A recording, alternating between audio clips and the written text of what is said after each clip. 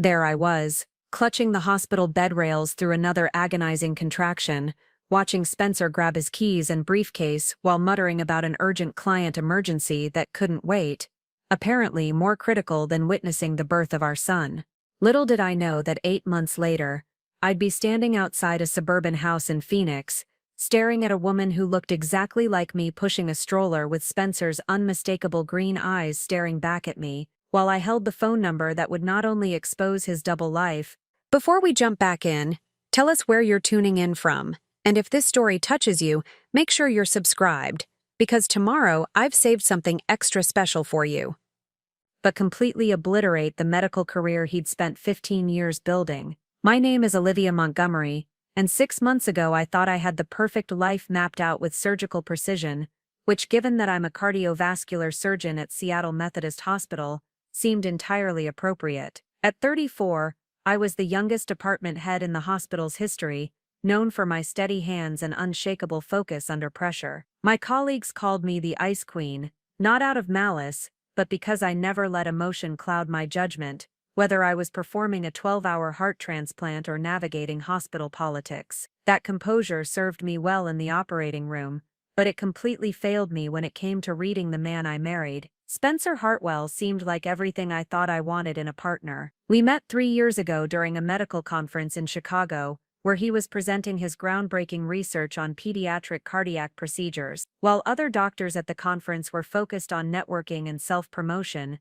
Spencer was genuinely passionate about saving children's lives. He spoke about each case with an intensity that drew me in, describing complex procedures with the same reverence other people reserved for poetry. I was presenting my own research on minimally invasive valve replacement techniques, and after my session, Spencer approached me with questions that demonstrated he'd actually listened rather than simply waiting for his turn to speak. We ended up talking until the hotel bar closed, then continuing our conversation over coffee in the lobby until sunrise. It wasn't just professional attraction, though our shared dedication to cardiothoracic surgery created an immediate bond. It was the way he looked at me when I spoke about my work, like my ambitions were something to be celebrated rather than managed around. Most men I'd dated either felt intimidated by my career or expected me to eventually scale back for family life. Spencer was different. He encouraged me to apply for the department head position when it opened, helped me prepare for the interview,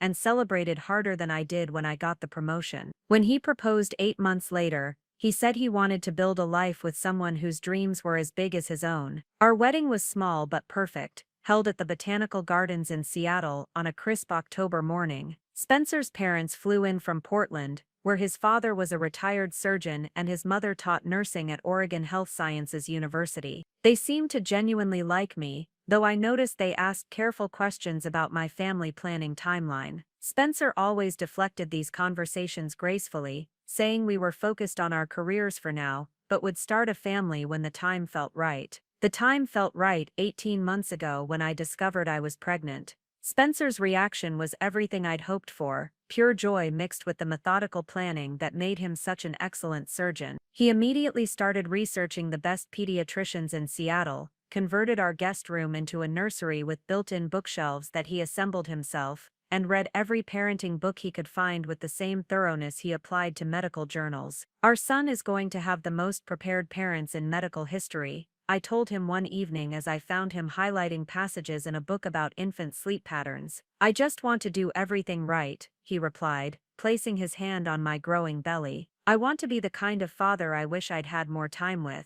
It was one of the few times Spencer ever mentioned his childhood with anything approaching regret. His father had been so consumed with building his surgical practice that Spencer felt more raised by nannies and hospital staff than his actual parents. He was determined our child would have a different experience, with parents who were present despite their demanding careers. During my pregnancy, Spencer seemed to become even more attentive, if that was possible. He attended every doctor's appointment, took detailed notes during our birthing classes, and rearranged his surgery schedule to ensure he'd be available around my due date. When other surgeons at his hospital in Portland teased him about being overly prepared, he'd just smile and say his Seattle family was his top priority. That should have been my first clue. Spencer worked at Portland General Hospital, about 3 hours south of Seattle. When we got married, we discussed the commute challenge and decided he would eventually transfer to a Seattle hospital to be closer to me. But an opportunity arose for him to lead a new pediatric cardiac program in Portland, something he'd dreamed about for years. We agreed he'd take the position temporarily, driving back and forth on weekends, and staying over several nights a week once I entered my third trimester. The arrangement worked surprisingly well. Spencer would arrive Tuesday evenings and stay through Thursday nights, then return to Portland for his surgical schedule on Fridays. He'd drive back up Saturday mornings and stay through Monday mornings. It meant we spent more concentrated time together than many couples who lived in the same city, and he was genuinely present when he was with me. No phone calls, no emergency pages, just focused attention on preparing for our son's arrival. Looking back now, I realize how perfectly this schedule suited someone living a double life. 3 days a week in Portland, 4 days in Seattle, with built-in reasons for travel that I never questioned, because they were tied to his legitimate career advancement. But during my pregnancy, all I saw was a devoted husband making sacrifices for our family. When he couldn't find his favorite coffee mug one Tuesday morning, he shrugged it off, saying he must have left it at the hospital. When unfamiliar charges appeared on our credit card for restaurants in Portland, he explained they were client dinners for the new program. When his phone rang at odd hours, and he'd step onto the balcony to take the call, he'd return saying it was a colleague calling about a complicated case. Every explanation was plausible. Every story checked out with what I knew about his work. Spencer was naturally organized and professional, so his careful scheduling and meticulous planning seemed entirely consistent with his personality. If anything, I was proud of how well he managed the demanding logistics of our temporary long-distance marriage. The perfect facade began to crack on March 15th, 3 weeks before my due date, when my water broke during what was supposed to be a routine morning at the hospital. Before Spencer entered my life, I had built something I was genuinely proud of, a surgical career that demanded everything I had to give, and rewarded me with the kind of purpose most people only dream about. My path to becoming the youngest department head at Seattle Methodist hadn't been smooth, but every obstacle had taught me something valuable about persistence and precision. I grew up in Burlington, Vermont, where my father ran a small family practice, and my mother taught high school biology. They were supportive but practical people who encouraged my interest in medicine while warning me about the challenges women faced in surgery. "You'll have to be twice as good to get half the recognition," my mother told me when I announced my intention to pursue cardiothoracic surgery. "But if anyone can do it, you can." Medical school at Johns Hopkins was brutal but exhilarating. I thrived on the competition and the complexity, particularly drawn to cases where split-second decisions could mean the difference between life and death. My professors noticed my steady hands and unflappable demeanor under pressure. Dr. Elena Rodriguez, the chief of cardiothoracic surgery, became my mentor and eventually helped me secure a residency at Seattle Methodist. The residency years tested every limit I thought I had. 100-hour weeks, learning procedures that required both physical stamina and mental precision, navigating the subtle and not-so-subtle ways some colleagues questioned whether a woman belonged in their OR. I responded by outworking everyone, studying cases until I could perform procedures in my sleep, and maintaining the kind of professional composure that eventually earned their respect. My breakthrough case came during my 4th year of residency. A 6-year-old girl named Emma Chen was brought in with a rare congenital heart defect that required an experimental surgical approach. The attending surgeon was stuck in traffic due to a major accident, and Emma was deteriorating rapidly. Dr. Martinez, the senior resident supervising me, made the call that would define my career. "Olivia, you've studied this procedure more than anyone. We can't wait. Are you ready?" I was terrified and exhilarated in equal measure. For the next 7 hours, I carefully reconstructed Emma's tiny heart, drawing on every technique I'd learned, and several I improvised, based on my understanding of cardiac anatomy. When Emma opened her eyes in recovery and asked for her stuffed elephant, I knew I'd found my calling. That case led to my first published research on innovative approaches to pediatric cardiac surgery, which caught the attention of Dr. William Hayes, the department head at Seattle Methodist. He recruited me as an attending physician with the promise that I'd have opportunities to develop my own research program and teach the next generation of cardiac surgeons. For 5 years, I built a reputation for taking on the cases other surgeons deemed too risky. My success rate was exceptional, partly because I prepared obsessively for every procedure, and partly because I genuinely cared about each patient's outcome. Preparing and narrating this story took us a lot of time, so if you are enjoying it, subscribe to our channel. It means a lot to us. Now back to the story. When Dr. Hayes announced his retirement last year, I wasn't surprised to be offered his position, but I was honored by the confidence my colleagues showed in supporting my appointment. The promotion brought new challenges, administrative responsibilities, budget management, and the delicate politics of running a department full of brilliant, ego-driven surgeons. But it also gave me the platform to implement changes I'd been envisioning for years: more collaborative treatment planning, better support for residents dealing with the emotional toll of surgery, and research initiatives focused on improving outcomes for underserved populations. By the time I met Spencer, I was genuinely happy with my life. Busy, certainly, and sometimes lonely, but fulfilled in ways that made the sacrifices feel worthwhile. I had a beautiful condo overlooking Elliott Bay, a career that challenged me daily, and the kind of financial independence that meant I could make decisions based on what felt right, rather than what felt safe. The American Association of Cardiothoracic Surgery's annual conference in Chicago was one of those professional obligations I actually enjoyed. 3 days of presentations, networking, and learning about cutting-edge developments in my field. This particular year, I was presenting research on a new valve replacement technique that reduced recovery time by 40%, work I'd been developing for 2 years. My presentation was scheduled for Saturday afternoon in the main auditorium. I'd practiced until I could deliver it flawlessly, but I still felt the familiar pre-presentation nerves as I checked my slides one final time. The auditorium was packed with some of the most respected cardiac surgeons in the country, and I knew this research could establish me as a thought leader in minimally invasive techniques. The presentation went better than I'd hoped. Questions from the audience were engaged rather than challenging, and several colleagues approached me afterward to discuss potential collaborations.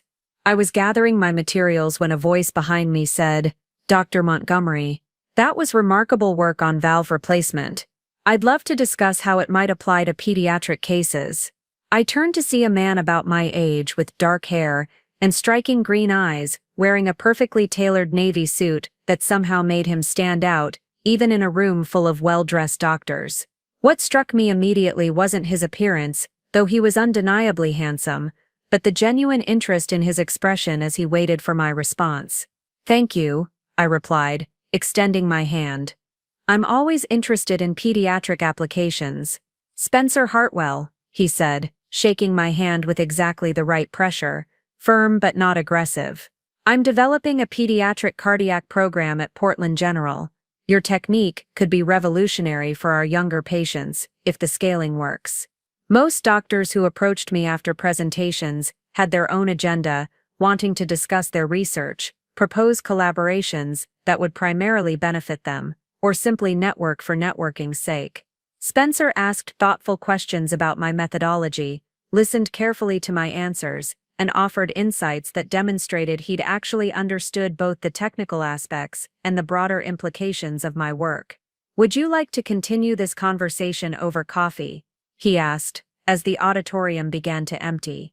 "I have some case studies I think you'd find interesting." We found a quiet corner in the hotel lobby and talked until well past midnight. Spencer showed me photos and charts from pediatric cases he'd handled, explaining each one with a combination of clinical precision and obvious emotional investment. When he described a 7-year-old boy whose life he'd saved with an innovative surgical approach, his eyes lit up in a way that reminded me why I'd chosen medicine in the first place. "It's not just about the technical achievement," he said, showing me a follow-up photo of the child playing soccer. "It's about giving kids the chance to have normal childhoods, normal futures." I found myself sharing cases I rarely discussed outside medical journals, the ones that had kept me awake at night, the patients whose faces I still remembered years later. Spencer listened with the kind of attention that made me feel heard rather than simply polite. When we finally said goodnight, he handed me his business card with a handwritten note on the back. "I'd love to learn more about your research, and about you." The morning after our Chicago conversation, I found myself doing something completely out of character, checking my phone every few minutes to see if Spencer had texted. By noon, I was questioning whether I'd misread the connection between us. Then my phone buzzed with a message that made me smile despite myself. Still thinking about your valve technique. Also still thinking about you. Dinner tonight if you're free? That dinner stretched into a walk along Lake Michigan, then coffee at a 24-hour diner, where we talked until the sun came up. Spencer was unlike anyone I'd dated before. He asked about my childhood in Vermont, my medical school experiences, my long-term research goals. But more than that, he seemed genuinely interested in my answers rather than simply waiting for his turn to speak. I have a confession, he said, as we watched the sunrise over the lake. When I approached you yesterday, it wasn't just about your research. I've been following your work for over a year. That case study you published on treating cardiac complications in premature infants, it changed how I approach similar cases. I was flattered but also intrigued. Why didn't you reach out before? Spencer smiled sheepishly, professional intimidation. You have this reputation as someone who doesn't suffer fools gladly. I wasn't sure if my questions would meet your standards. And now I think you might be worth the risk of looking foolish. We exchanged numbers that morning, and what followed was the kind of long-distance courtship that felt both old-fashioned and perfectly modern. Spencer would call between surgeries, and we'd discuss everything from complex medical cases, to favorite books, to childhood memories. He sent thoughtful texts, photos of interesting cloud formations, when he knew I was having a difficult day. Articles about research developments he thought I'd find fascinating, simple good morning messages that brightened my commute. 3 weeks after Chicago, Spencer flew to Seattle for the weekend. I'd offered to show him the city, but honestly I was nervous about transitioning from phone conversations to spending extended time together. What if the chemistry didn't translate? What if we ran out of things to talk about? My concerns evaporated the moment I saw him walking through the airport arrivals gate. He looked exactly as I remembered, tall, confident, those remarkable green eyes scanning the crowd until they found me. But it was his smile when he spotted me that erased any lingering doubts. Pure, uncomplicated joy. Dr. Montgomery, he said, wrapping me in a hug that felt perfectly natural, despite the fact that we'd never been physically affectionate before. You look even better than I remembered. That weekend established the pattern for our relationship. Spencer was thoughtful in ways I'd never experienced. He remembered that I preferred Ethiopian coffee, and brought me beans from a roastery in Portland. He noticed that I was limping slightly and correctly diagnosed that my running shoes were worn out, then insisted on taking me shopping for new ones. When I mentioned missing my grandmother's lasagna recipe, he spent an hour helping me recreate it in my kitchen, patiently adjusting seasonings, until it tasted like childhood. But what impressed me most was how Spencer handled my professional demands. On Saturday evening, I received an emergency call about a patient who'd taken a turn for the worse. I expected Spencer to be frustrated about our dinner plans being disrupted, but instead he drove me to the hospital and waited quietly in the surgical lounge while I spent 4 hours in the OR. How do you do it? He asked, as we finally grabbed pizza at midnight. Do what? Carry that kind of responsibility, knowing that someone's life depends entirely on your decisions, your skill level, your ability to stay focused under pressure. It was a question I'd been asked before, usually by people who wanted me to acknowledge how stressful or difficult my job was. Spencer seemed genuinely curious about the psychological aspects of what I did. I think about it like solving a puzzle, I explained. Each patient presents a unique combination of factors, and my job is to find the solution that gives them the best possible outcome. The pressure keeps me sharp. Spencer nodded thoughtfully. I understand that. In pediatric cardiac surgery, there's an added emotional component because you're not just treating the patient, you're treating the whole family. Parents who are terrified, siblings who don't understand why their brother or sister needs surgery. Sometimes managing their fears is as challenging as the procedure itself. Over the following months, Spencer and I developed a routine that worked around our demanding schedules. He'd fly to Seattle every other weekend, and I'd visit Portland on the alternating weekends when I wasn't on call. The travel was exhausting, but the time we spent together felt intentional in a way that regular dating never had. We couldn't take each other for granted, because every moment required effort to arrange. Spencer's apartment in Portland was a study in organized minimalism, clean lines, beautiful but functional furniture, and walls lined with medical journals and surgical textbooks. What struck me most were the personal touches, photographs of patients he'd helped, thank you letters from families, and a shelf dedicated to books about child development and educational psychology. Planning ahead? I asked, gesturing toward the parenting books. I've always known I wanted kids, Spencer replied. Growing up with a father who was never home because of his surgical practice, I think a lot about how to balance career demands with being present for family. These authors have interesting ideas about quality time versus quantity time. It was one of many conversations that convinced me Spencer would be an exceptional father. He thought deeply about the kind of parent he wanted to be, not just in abstract terms, but with specific strategies for maintaining connections despite professional obligations. Portland General Hospital impressed me during my visits. Spencer had clearly earned the respect of his colleagues, who spoke about his surgical skills with genuine admiration. But they also talked about his mentorship abilities and his talent for explaining complex procedures to families in ways that reduced their anxiety, without minimizing the seriousness of their situations. Spencer has this gift, Dr.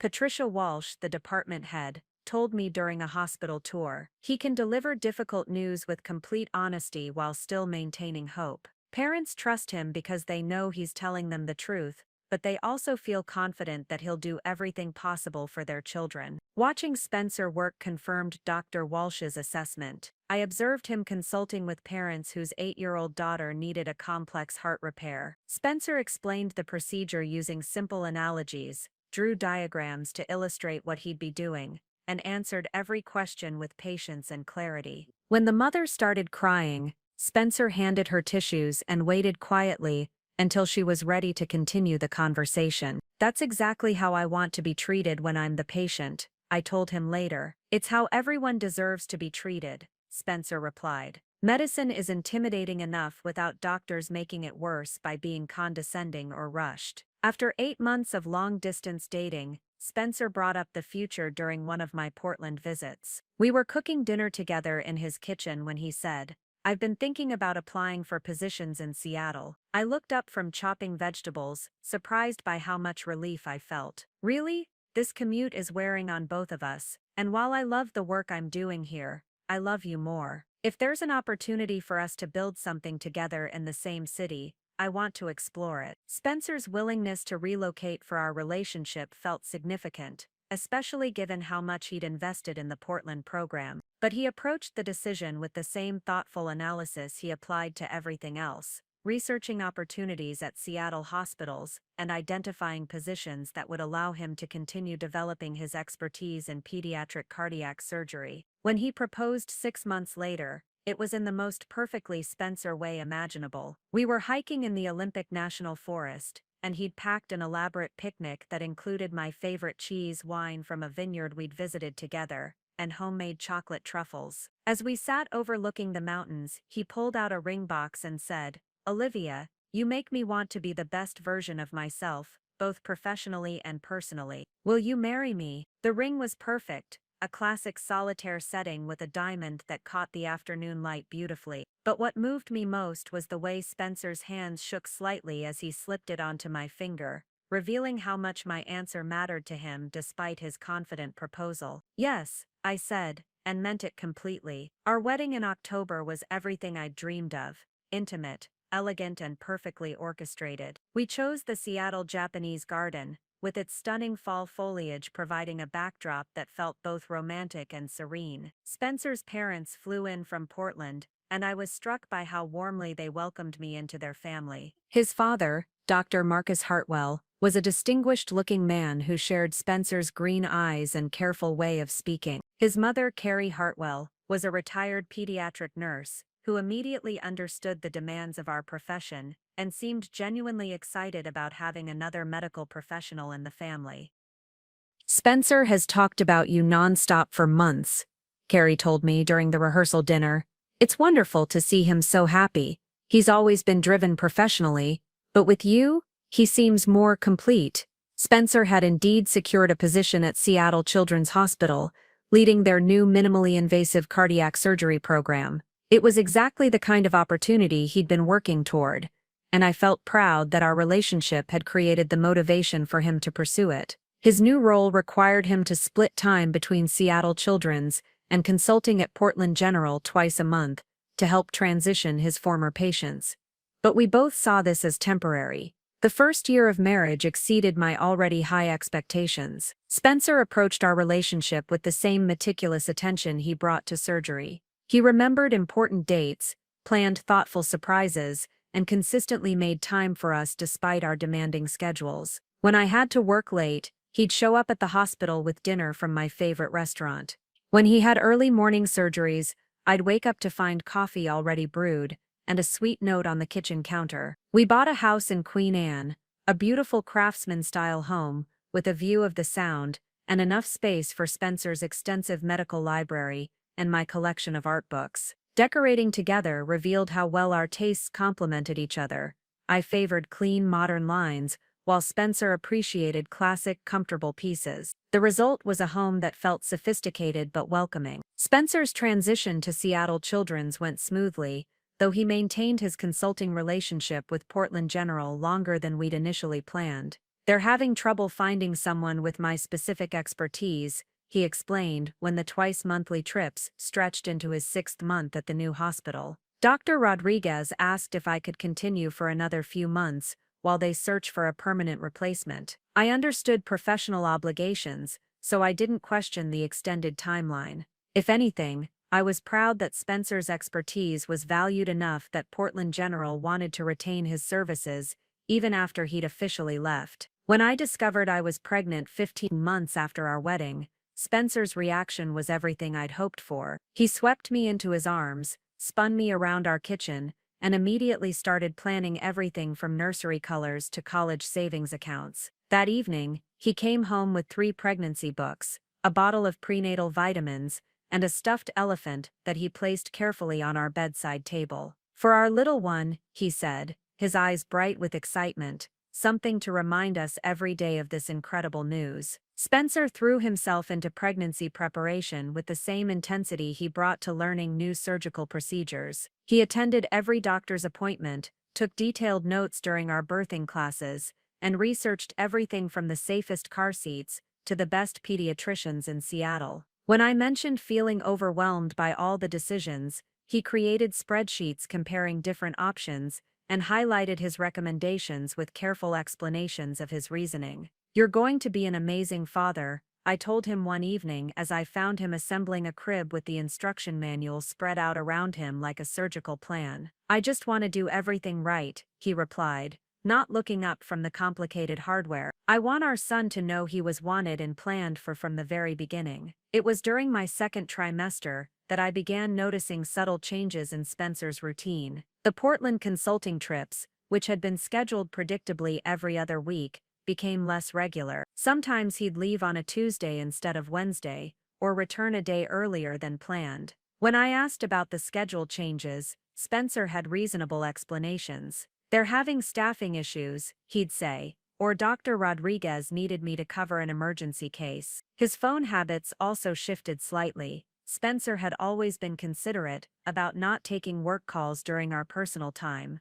but he began stepping out of the room more frequently when his phone rang. He'd return a few minutes later with brief explanations about patient consultations or scheduling coordination. "Sorry, that was the Portland team about tomorrow's case," he'd say, slipping his phone back into his pocket. "You know how complicated it gets when you're managing patients at 2 different hospitals." I did know, actually. My own position required constant coordination between different departments, so Spencer's increased phone time seemed entirely reasonable. If anything, I appreciated that he was trying to keep work conversations from interrupting our evening together. The changes were so gradual and so well explained that I barely registered them as unusual. Spencer was still attentive, still excited about the pregnancy, still the thoughtful husband who brought me ginger tea when morning sickness hit or rubbed my feet after long days in surgery. If he seemed slightly more distracted sometimes, or if he double-checked his schedule more frequently than before.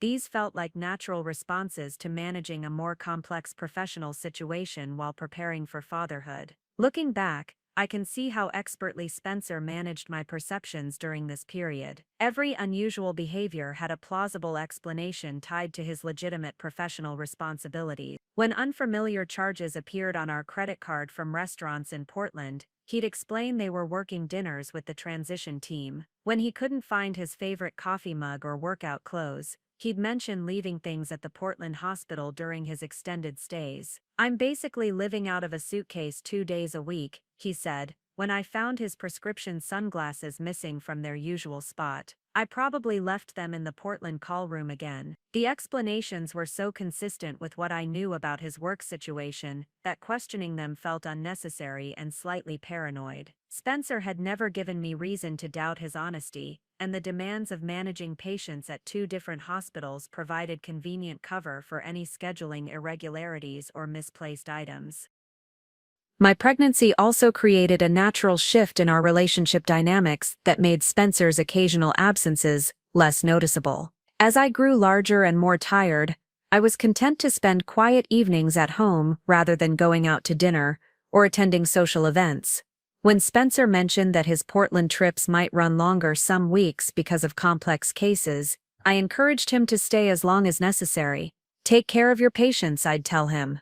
"The baby and I will be fine here." Spencer seemed grateful for my understanding, often commenting on how lucky he felt to have a wife who truly comprehended the demands of medical practice. He'd return from Portland trips with small gifts, specialty teas from a shop he'd discovered, books he thought I'd enjoy. Once a beautiful scarf that he said reminded him of me. "I hate being away from you," he'd say, and his sentiment seemed genuine enough that I never questioned why the trips were taking longer or happening more frequently than originally planned. The most troubling sign, though I didn't recognize it as such at the time, was Spencer's subtle encouragement for me to maintain my own busy schedule. When I mentioned thinking about reducing my surgery load during my 3rd trimester, Spencer gently discouraged the idea. "You love your work," he said, "and you're at such a crucial point in establishing your leadership. Maybe just reducing call nights would be enough to give you more rest without stepping back from the cases you're passionate about."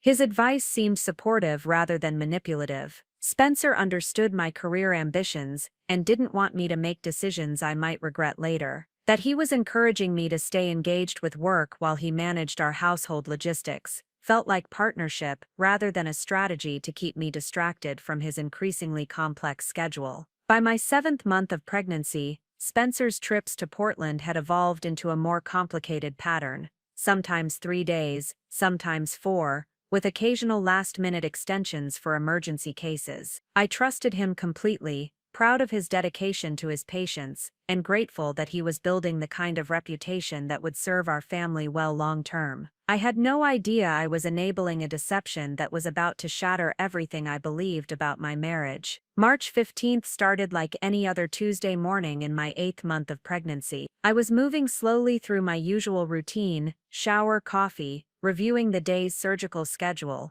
when I felt the first unmistakable gush of fluid at 6:47 a.m. For a moment I stood frozen in our kitchen, staring down at the puddle forming around my feet, my medical training warring with the shock of realizing our son was arriving 3 weeks ahead of schedule. "Spencer," I called, my voice surprisingly steady, despite the adrenaline coursing through my system. "My water just broke." I heard the immediate sound of Spencer's feet hitting the floor in our bedroom upstairs, followed by rapid movement as he presumably threw on clothes. Within 2 minutes, he appeared in the kitchen, hair disheveled but eyes alert, with the focused intensity I recognized from his surgical mode. "How are you feeling? Any contractions yet?" he asked, already reaching for his phone while simultaneously scanning my face for signs of distress. "Not yet, but this is definitely it," I replied, surprised by how calm I sounded. "We should probably head to the hospital soon." Spencer nodded,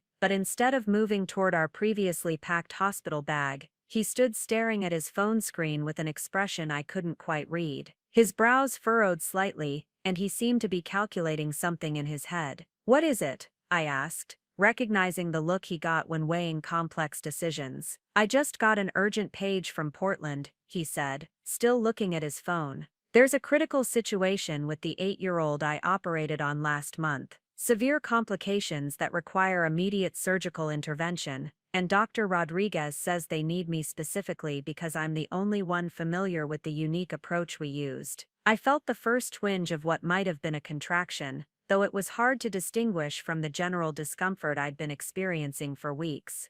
"How urgent?" Spencer ran his hand through his hair, a gesture I recognized as his way of processing stress. "Life-threatening urgent. The child is deteriorating rapidly, and they need me there within 2 hours to have the best chance of saving him." The rational part of my mind understood the impossible position Spencer was facing. As a surgeon myself, I knew the weight of being the only person capable of saving a patient's life. I also knew that my labor could easily last 12 to 15 hours, especially with a first pregnancy. Spencer could potentially drive to Portland, perform the emergency surgery, and return before our son actually arrived. "Go," I said, the word coming out more confidently than I felt. "I'll call my mother to come stay with me, and if things progress faster than expected, I'll have the hospital call you immediately." Spencer looked genuinely torn, his eyes moving between his phone and my face. "Are you sure? I hate the idea of leaving you alone right now. I'm a doctor, Spencer.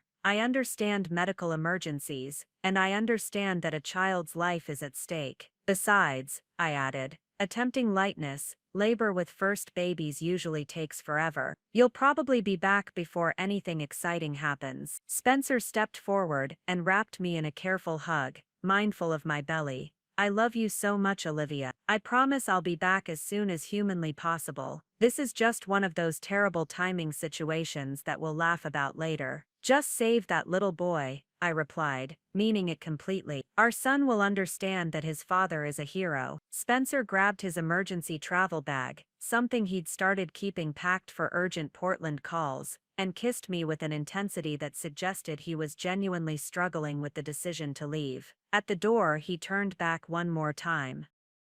"Call me the moment anything changes. I don't care if I'm in surgery, they'll get me out if you need me." I watched his car disappear down our street, then immediately called my mother in Vermont to let her know the situation. She was supportive and practical, as always, offering to fly out immediately if needed.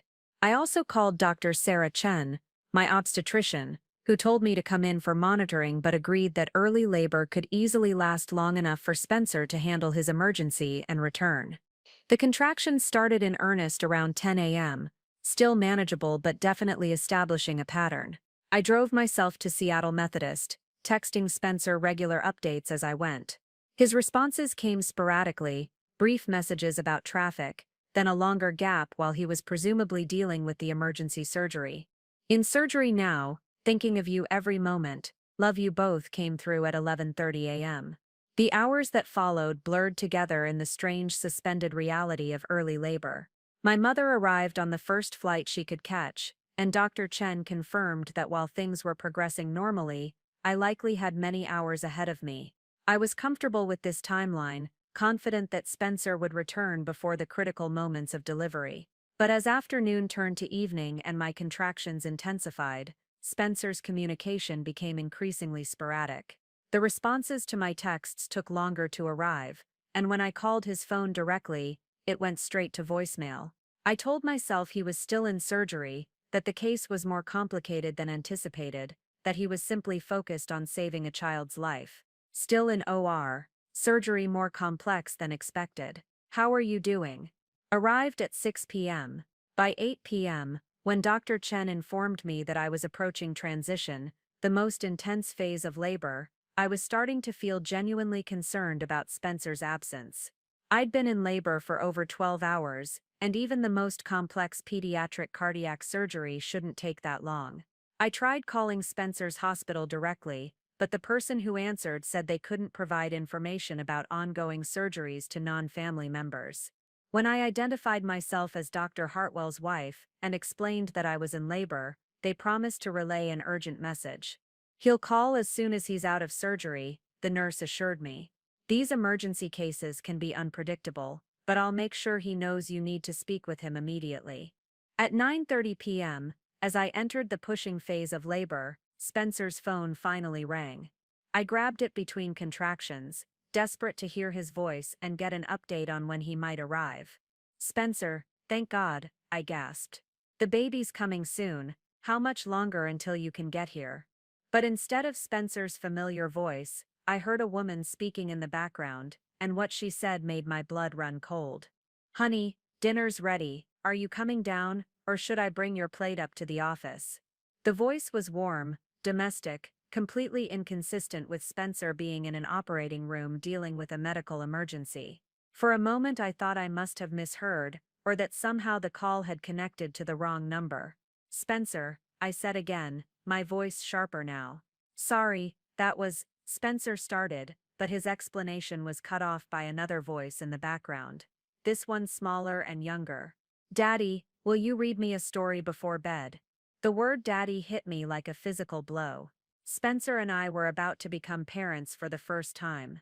There was no child who should be calling him daddy. There was no domestic dinner scene he should be part of while I was giving birth to our son. "Spencer," I said, my voice now cold with a clarity that cut through the pain of contractions. "Where exactly are you right now?" I heard what sounded like a door closing, and suddenly the background voices were muffled. When Spencer spoke again, his voice had the careful, controlled tone I recognized from when he was managing a crisis. "Olivia, I can explain. The surgery ran much longer than expected, and I'm staying at a colleague's house tonight because I'm too exhausted to drive safely." "His family is just don't," I interrupted, surprising myself with the firmness in my voice despite being in active labor. "Don't lie to me while I'm giving birth to our child." The silence that followed confirmed what I already knew in my heart. Spencer wasn't at a hospital, he wasn't saving a child's life. He was in someone's home being called to dinner and asked to read bedtime stories, while I labored alone to bring our son into the world. "I have to go," I said quietly. "Our son is being born now, with or without you." I hung up the phone and handed it to my mother, who had witnessed the entire conversation with growing alarm.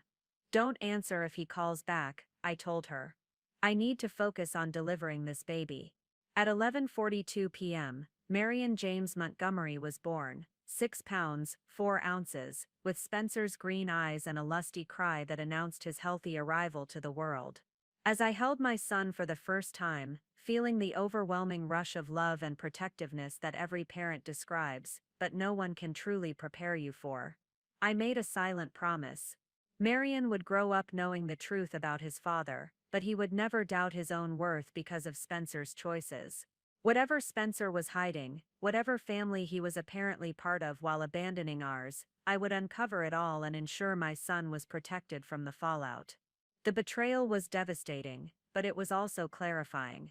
The Spencer I thought I'd married was a fiction, and it was time to discover who I'd actually been living with for the past 3 years. Spencer arrived at the hospital at 3:17 a.m., nearly 4 hours after Marion's birth. I was awake, holding our son and trying to process the seismic shift that had occurred, not just in becoming a mother, but in discovering that my husband had been somewhere else entirely during the most important moment of our lives together. When Spencer walked into the room, his appearance told a story that didn't match his supposed emergency surgery narrative. His clothes were wrinkled but not surgical scrubs. His hair looked like he'd been sleeping, not standing over an operating table for 15 hours. Most tellingly, he smelled faintly of unfamiliar laundry detergent, a clean floral scent that was nothing like the unscented hypoallergenic brand we used at home. "Olivia," he breathed, his eyes immediately going to Marion sleeping in my arms. "I'm so sorry I missed it. The surgery was incredibly complex, and then I was so exhausted I couldn't safely make the drive back." I studied his face as he spoke, noting the genuine emotion in his voice when he looked at our son, but also the careful way he avoided making direct eye contact with me. Spencer had always been an honest person, or so I'd believed, and he was clearly struggling with whatever lie he was trying to maintain. "Whose house did you stay at?" I asked quietly, not wanting to wake Marion, but needing to hear how Spencer would elaborate on his story. "Doctor," Rodriguez's, Spencer replied quickly. He insisted I not drive when I was so tired, and his wife made dinner while I cleaned up after surgery. The explanation was plausible, but something about Spencer's delivery felt rehearsed. Doctor. Patricia Rodriguez was Spencer's mentor at Portland General, and it would be natural for her to offer hospitality to an exhausted colleague. But the domestic scene I'd overheard on the phone, the casual honey dinner's ready, and the child asking for bedtime stories hadn't sounded like a professional courtesy extended to a visiting surgeon. "Can I hold him?" Spencer asked, and I saw his hands tremble slightly as I transferred Marion to his arms. Whatever else was happening, Spencer's love for our son was unmistakably real. His eyes filled with tears as he looked down at Marion's tiny face, and he whispered, "He's perfect, Olivia. Absolutely perfect." For the next 3 days in the hospital, Spencer was the model of devotion. He handled diaper changes with surprising competence, brought me meals from my favorite restaurants, and seemed genuinely committed to making up for missing the birth. When friends and colleagues visited, he proudly showed off Marion and told the story of the emergency surgery that had kept him away, expressing regret but also professional obligation in a way that made everyone nod sympathetically. But I found myself watching Spencer with new eyes, noticing small details I'd previously overlooked. When his phone rang, he still stepped out to take calls, but now I paid attention to how long these conversations lasted and what mood he was in when he returned. When he mentioned needing to extend his next Portland trip by a day to follow up on his emergency patient, I noted the slight tension in his voice that suggested this wasn't a purely medical decision. Bringing Marion home marked the beginning of what should have been the happiest period of our marriage. Spencer took 2 weeks of paternity leave, during which he was attentive and helpful in ways that almost convinced me I'd misinterpreted the strange phone call during labor. He got up for middle-of-the-night feedings, researched everything from sleep schedules to developmental milestones, and seemed genuinely enthusiastic about every aspect of fatherhood. "I never knew I could love someone this much this instantly," he told me one evening as we watched Marion sleep in his bassinet. "It's like my heart suddenly got bigger." These moments of authentic connection made me question my suspicions. Spencer's love for Marion was clearly genuine, and his care for me during recovery seemed motivated by real concern rather than guilt. Maybe the strange phone call had been exactly what he'd explained, an exhausted colleague staying with a mentor's family after a difficult surgery. But when Spencer returned to work and resumed his Portland consulting schedule, the patterns that had seemed normal during my pregnancy began to feel more pointed. His trips, which had been predictably every other week, became irregular again. He'd mention needing to travel on unexpected days, or staying longer because of patient complications. "The transition to the new surgeon is taking longer than expected," Spencer explained when his standard 2-day trip extended to 4 days. "Rodriguez needs me to be available for follow-up consultations with the families I worked with." The explanation made professional sense, but I found myself paying closer attention to Spencer's behavior before and after these trips. He was more careful about packing, double-checking that he had everything he needed. He started keeping a separate phone charger in his travel bag, claiming his regular one had broken during a particularly busy period at the hospital. "You're being very organized," I commented one evening as I watched him methodically pack for what should have been a routine consulting trip. "Sleep deprivation is making me forgetful," Spencer replied with a smile. "I figure if I pack the same way every time, I'm less likely to leave something important behind." His reasoning was logical, but something about the precision of his packing felt different from Spencer's usual efficient but relaxed approach to travel. What concerned me most were the subtle changes in Spencer's phone habits. During my pregnancy, his increased phone time had seemed tied to managing patients at 2 hospitals. But now, with Marion requiring so much attention and Spencer supposedly transitioning away from his Portland responsibilities, the private phone conversations continued. Spencer would step onto our back deck or into his home office, speaking in low tones that made me strain to hear even when I wasn't intentionally listening. When I asked about these calls, his explanations varied. "Insurance coordination for one of my Portland patients," he'd say, or consulting on a case with Dr. Rodriguez, or hospital administration issues that are boring but necessary. Each explanation was plausible in isolation, but the frequency of these private conversations seemed excessive for someone who was supposedly reducing his involvement with Portland General. Spencer had always been considerate about not taking work calls during family time, but now these interruptions were becoming routine. One evening, while Spencer was giving Marion a bath, his phone rang on the kitchen counter. I glanced at the screen and saw a name I didn't recognize. Eva M. The call went to voicemail, and when Spencer emerged from the bathroom with a freshly diapered Marion, I mentioned it casually.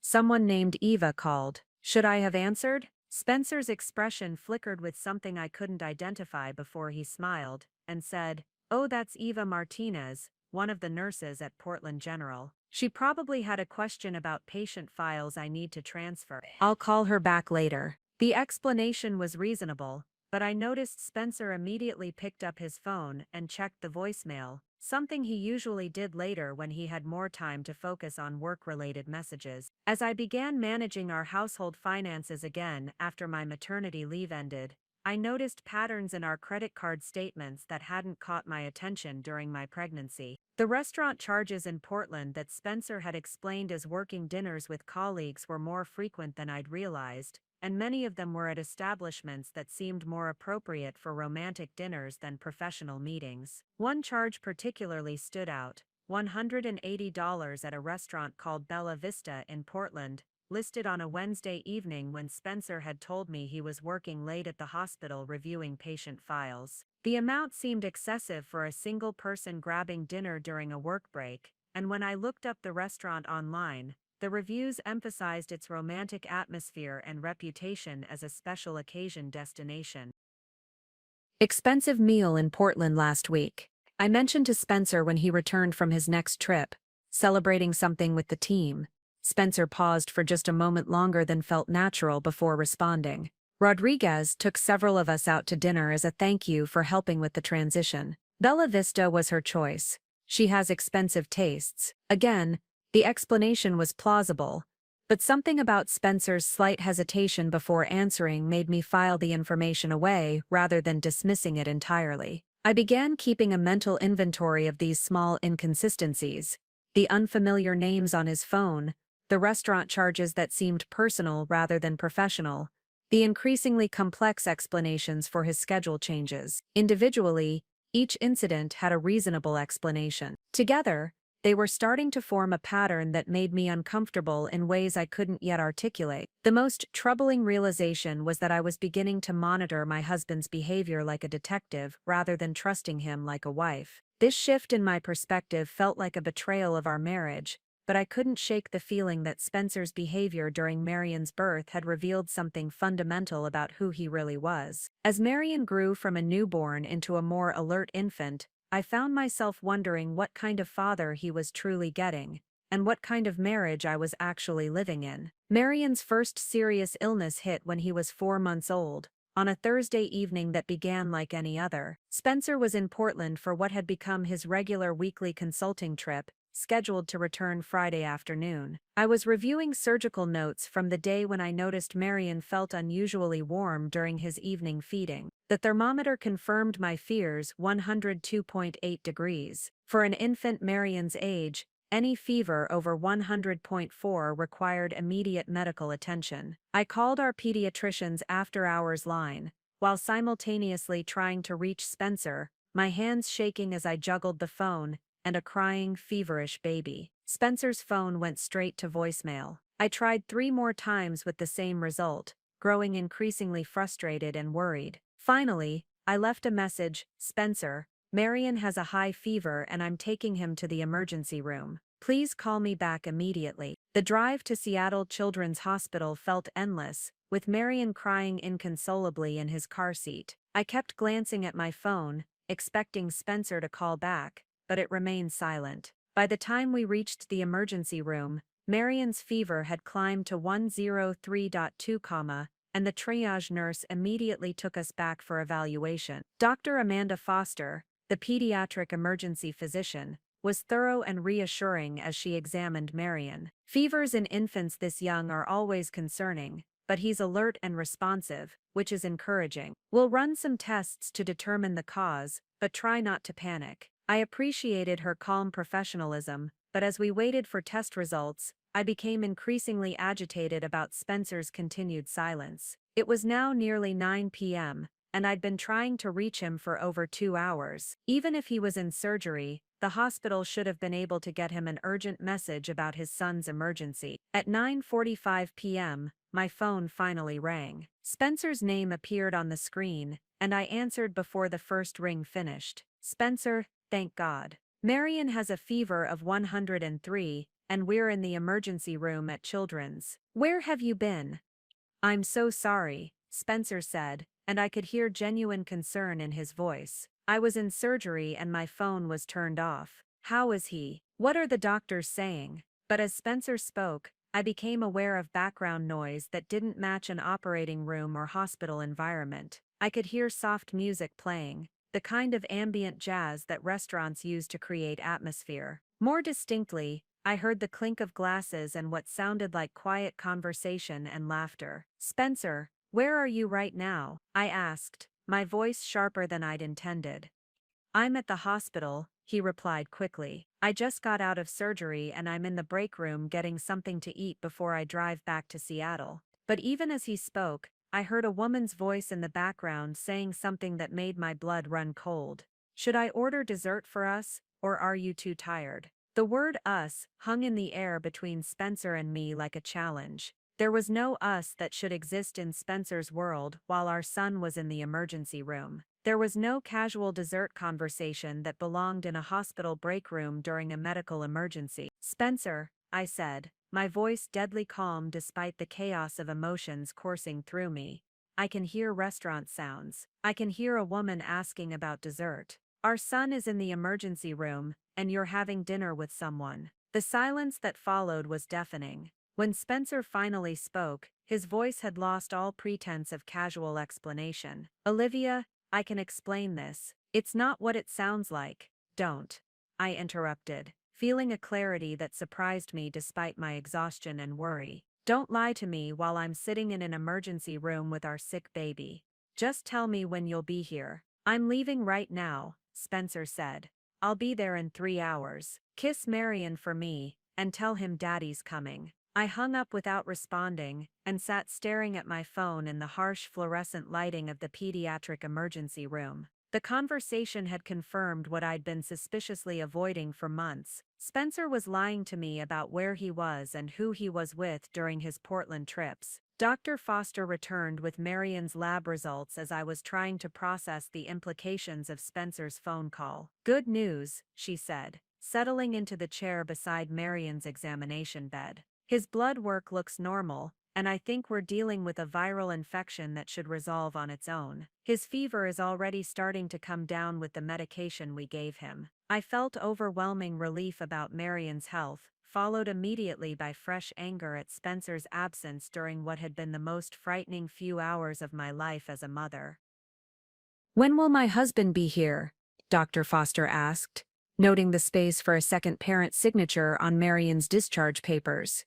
"He's driving from Portland," I replied, trying to keep my voice neutral.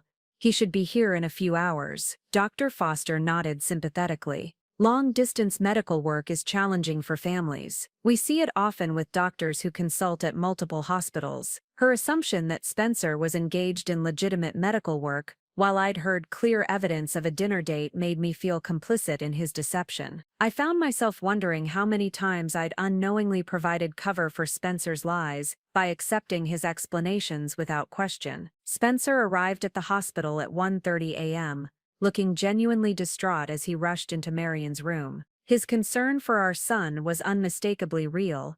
He immediately picked up Marion, checked his temperature, and asked detailed questions about the evening's events and Dr. Foster's assessment. "Thank God he's okay," Spencer said, holding Marion close. "I was terrified during the entire drive here." Watching Spencer with Marion, I felt the familiar cognitive dissonance that had been plaguing me for months. His love for our son was authentic, his medical knowledge was clearly extensive, and his concern seemed genuine. Yet I knew with absolute certainty that he'd been having dinner with another woman while our son was sick. Spencer, I said quietly, not wanting to wake Marion, who had finally fallen asleep in his father's arms. We need to talk about where you actually were tonight. Spencer's body tensed slightly, but he continued gently rocking Marion. I told you I was at the hospital. I heard restaurant sounds. I heard a woman asking about dessert. I heard jazz music and conversation, and nothing that belongs in a hospital break room. Spencer was quiet for a long moment,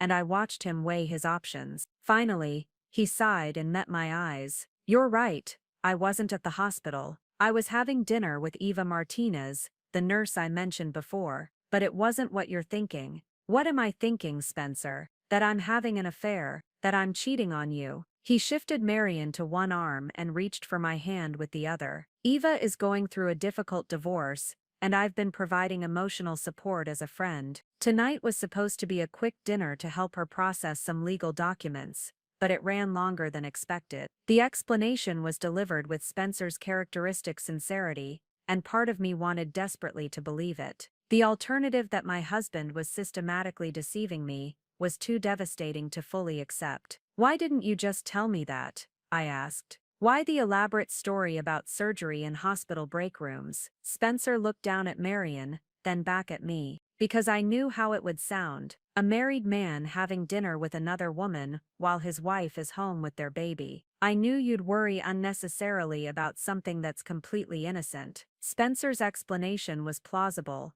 and his delivery was convincing. But something fundamental had shifted during Marion's illness. For the first time in our marriage, I'd caught Spencer in an outright lie, and his justification, protecting me from unnecessary worry, felt like a rationalization rather than a valid reason. As we drove home from the hospital with Marion sleeping peacefully in his car seat, I found myself analyzing every aspect of Spencer's story. If Eva Martinez was going through a divorce and needed professional guidance, why was Spencer the appropriate person to provide it? Why did their dinner require the kind of ambient restaurant setting I'd heard in the background? And most importantly, why had Spencer's first instinct been to lie, rather than simply explain the situation honestly? I love you, Olivia, Spencer said, as we pulled into our driveway. I know tonight was confusing and scary, but I need you to know that you and Marion are the most important things in my life. I love you too,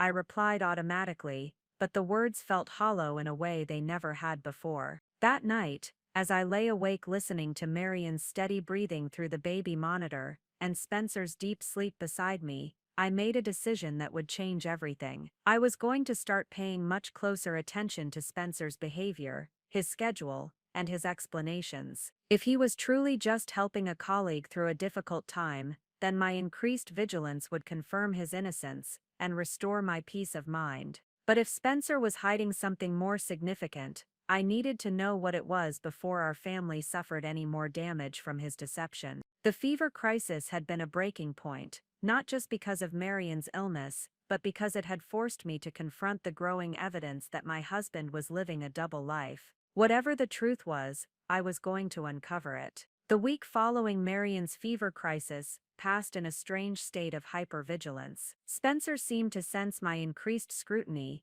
and was more transparent about his activities than he'd been in months. He called during his Portland trip to check on Marion, sent photos of his hotel room and the hospital cafeteria, and returned home a day earlier than planned. I missed you both too much to stay the extra day, he said, when he walked through our door Thursday evening instead of Friday afternoon. Besides, Dr. Rodriguez's transition is nearly complete. I think I can start reducing these trips soon. His thoughtfulness should have been reassuring, but instead it felt calculated. Spencer had always been considerate, but this level of documentation felt like someone trying to establish an alibi rather than a husband naturally sharing his day. I waited until the following Tuesday morning, after Spencer had left for what he described as a routine day at Seattle Children's Hospital, to begin my investigation in earnest. Marion was at daycare, giving me several uninterrupted hours to search for evidence of whatever Spencer was hiding. I started with his home office, a space I rarely entered since it was primarily used for medical journals and administrative work. Spencer was naturally organized, but as I systematically went through his desk drawers, I noticed a level of compartmentalization that seemed excessive even for someone with his methodical tendencies. In the bottom drawer, I found a folder labeled Portland Consulting that contained copies of his official contracts and correspondence with Portland General Hospital. But tucked behind these legitimate documents was a smaller folder containing receipts that told a different story from the one Spencer had been sharing with me. The receipts painted a picture of someone living a much more personal life in Portland than professional consulting would require. There were charges for grocery stores, not just restaurants. A receipt from a pharmacy for children's fever reducer, dated 2 weeks before Marion's illness. Most damning, a receipt from a toy store for items that had never appeared in our home, a wooden puzzle for ages 2–3 and a picture book called Daddy's Little Helper. My hands trembled as I photographed each receipt with my phone, creating evidence of what was becoming an undeniable pattern. Spencer wasn't just having dinner with a colleague going through a divorce. He was shopping for a child who called him Daddy, a child who wasn't Marion. The most revealing discovery came in a manila envelope marked insurance documents. Mixed in with our legitimate family health insurance papers was a completely separate insurance card bearing Spencer's name, but listing dependents I'd never heard of. Eva Martinez and Jensen Martinez, age 3. I stared at the insurance card for several minutes, trying to process its implications. Spencer had financial responsibility for a woman and child in Portland. He was buying toys and medicine for a 3-year-old who wasn't his son with me. Most devastating of all, this arrangement had been in place for years. The insurance card was dated 2 years before Marion's birth. Spencer's laptop was password protected, but I knew his habits well enough to guess his login.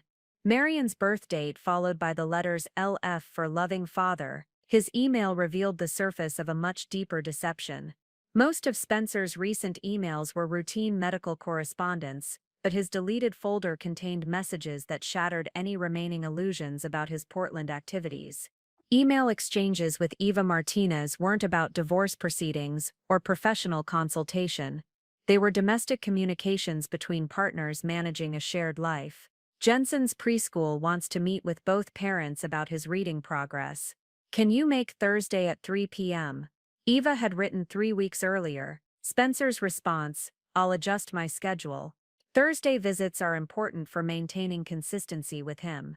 Another exchange from the previous month showed Spencer apologizing for missing what he called Jensen's bedtime story night because of unexpected Seattle obligations. The terminology was chilling. Spencer referred to his time with Marion and me as Seattle obligations, while his communications with Eva suggested a primary family life in Portland that he was carefully protecting from disruption.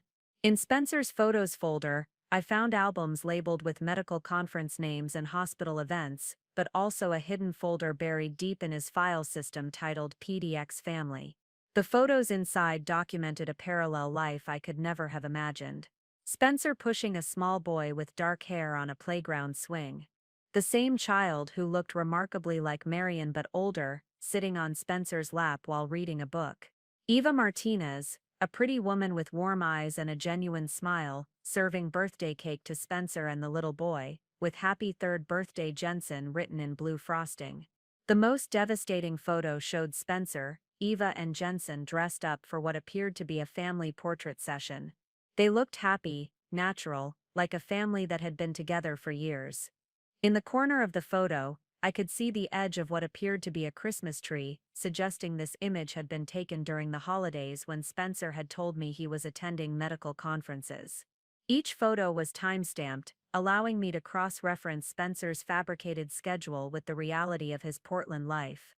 The playground photo was taken on a Tuesday afternoon, when Spencer had told me he was reviewing patient files.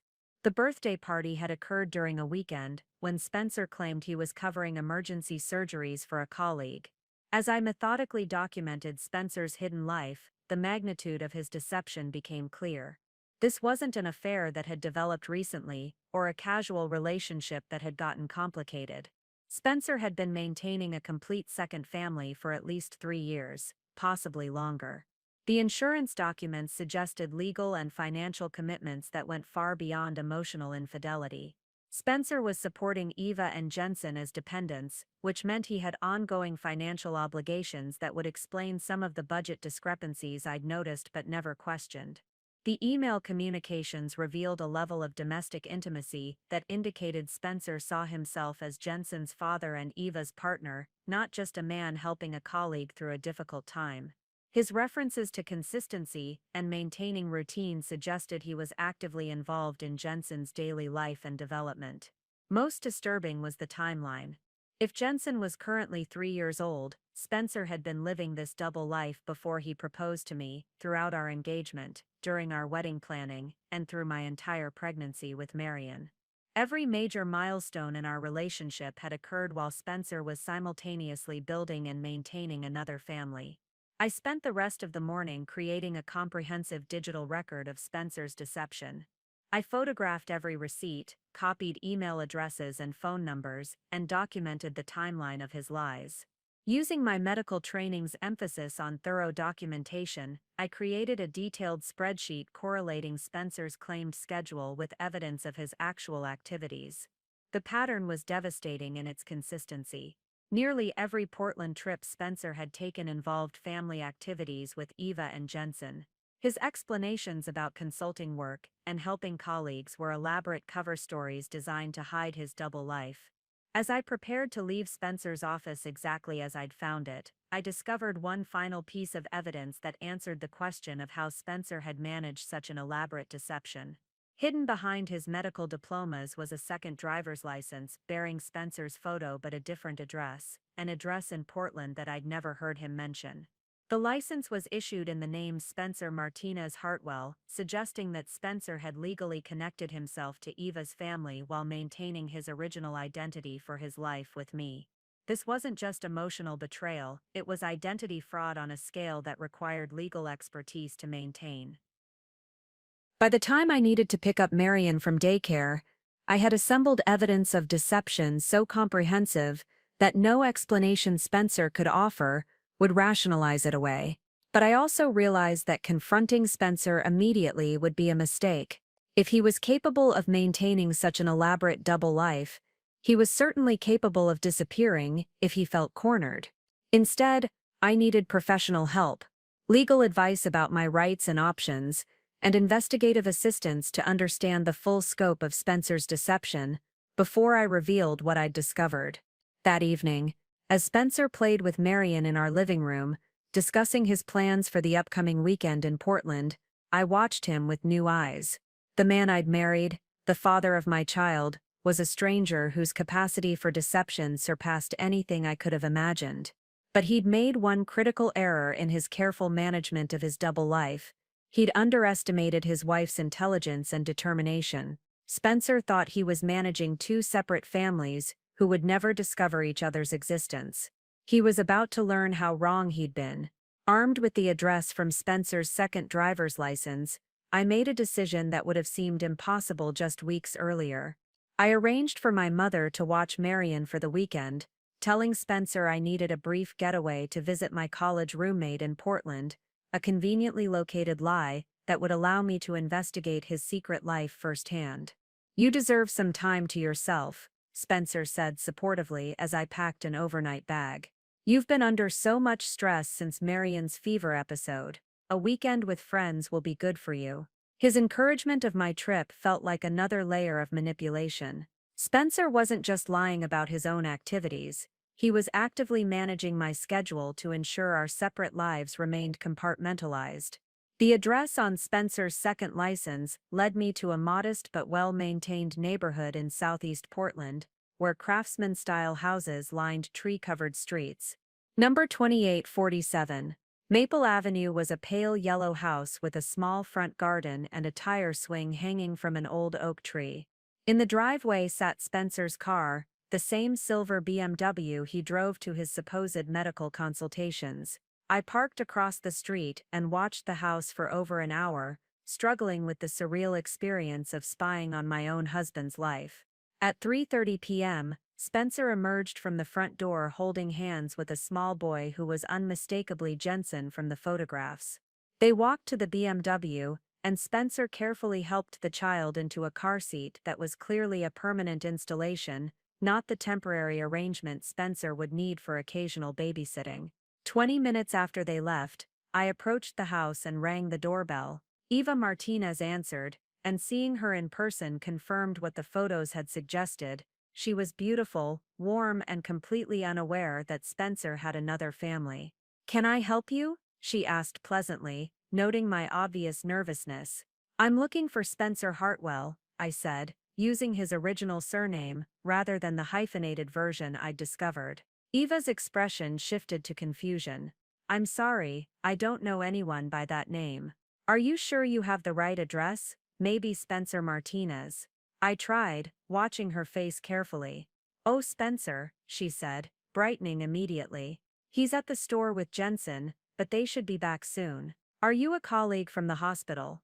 I took a deep breath, knowing that what I was about to say would devastate this woman just as thoroughly as Spencer's deception had shattered my own world. "I'm Spencer's wife," I said quietly. "His other wife. We need to talk." Eva stared at me for several seconds, processing words that made no logical sense.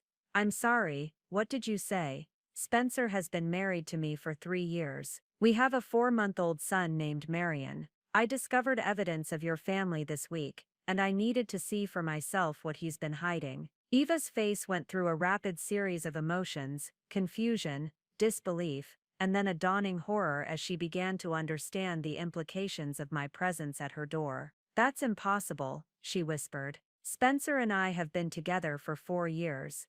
We live together. Jensen is his son." I pulled out my phone and showed her photos of Spencer with Marion, our wedding pictures, and the insurance documents I'd discovered. Eva examined each image with shaking hands, her face growing paler with each piece of evidence. "Would you like to come inside?" she asked, finally, her voice hollow. "I think we need to have a longer conversation." Over the next 2 hours, Eva and I constructed a timeline that revealed the staggering scope of Spencer's deception. Eva had met Spencer 4 years earlier, when Jensen, then 2 years old from a previous relationship, had required emergency cardiac surgery at Portland General. Spencer had been the surgeon who saved Jensen's life, and their relationship had developed from grateful patient family to romantic involvement. Spencer told me he'd been married before but divorced.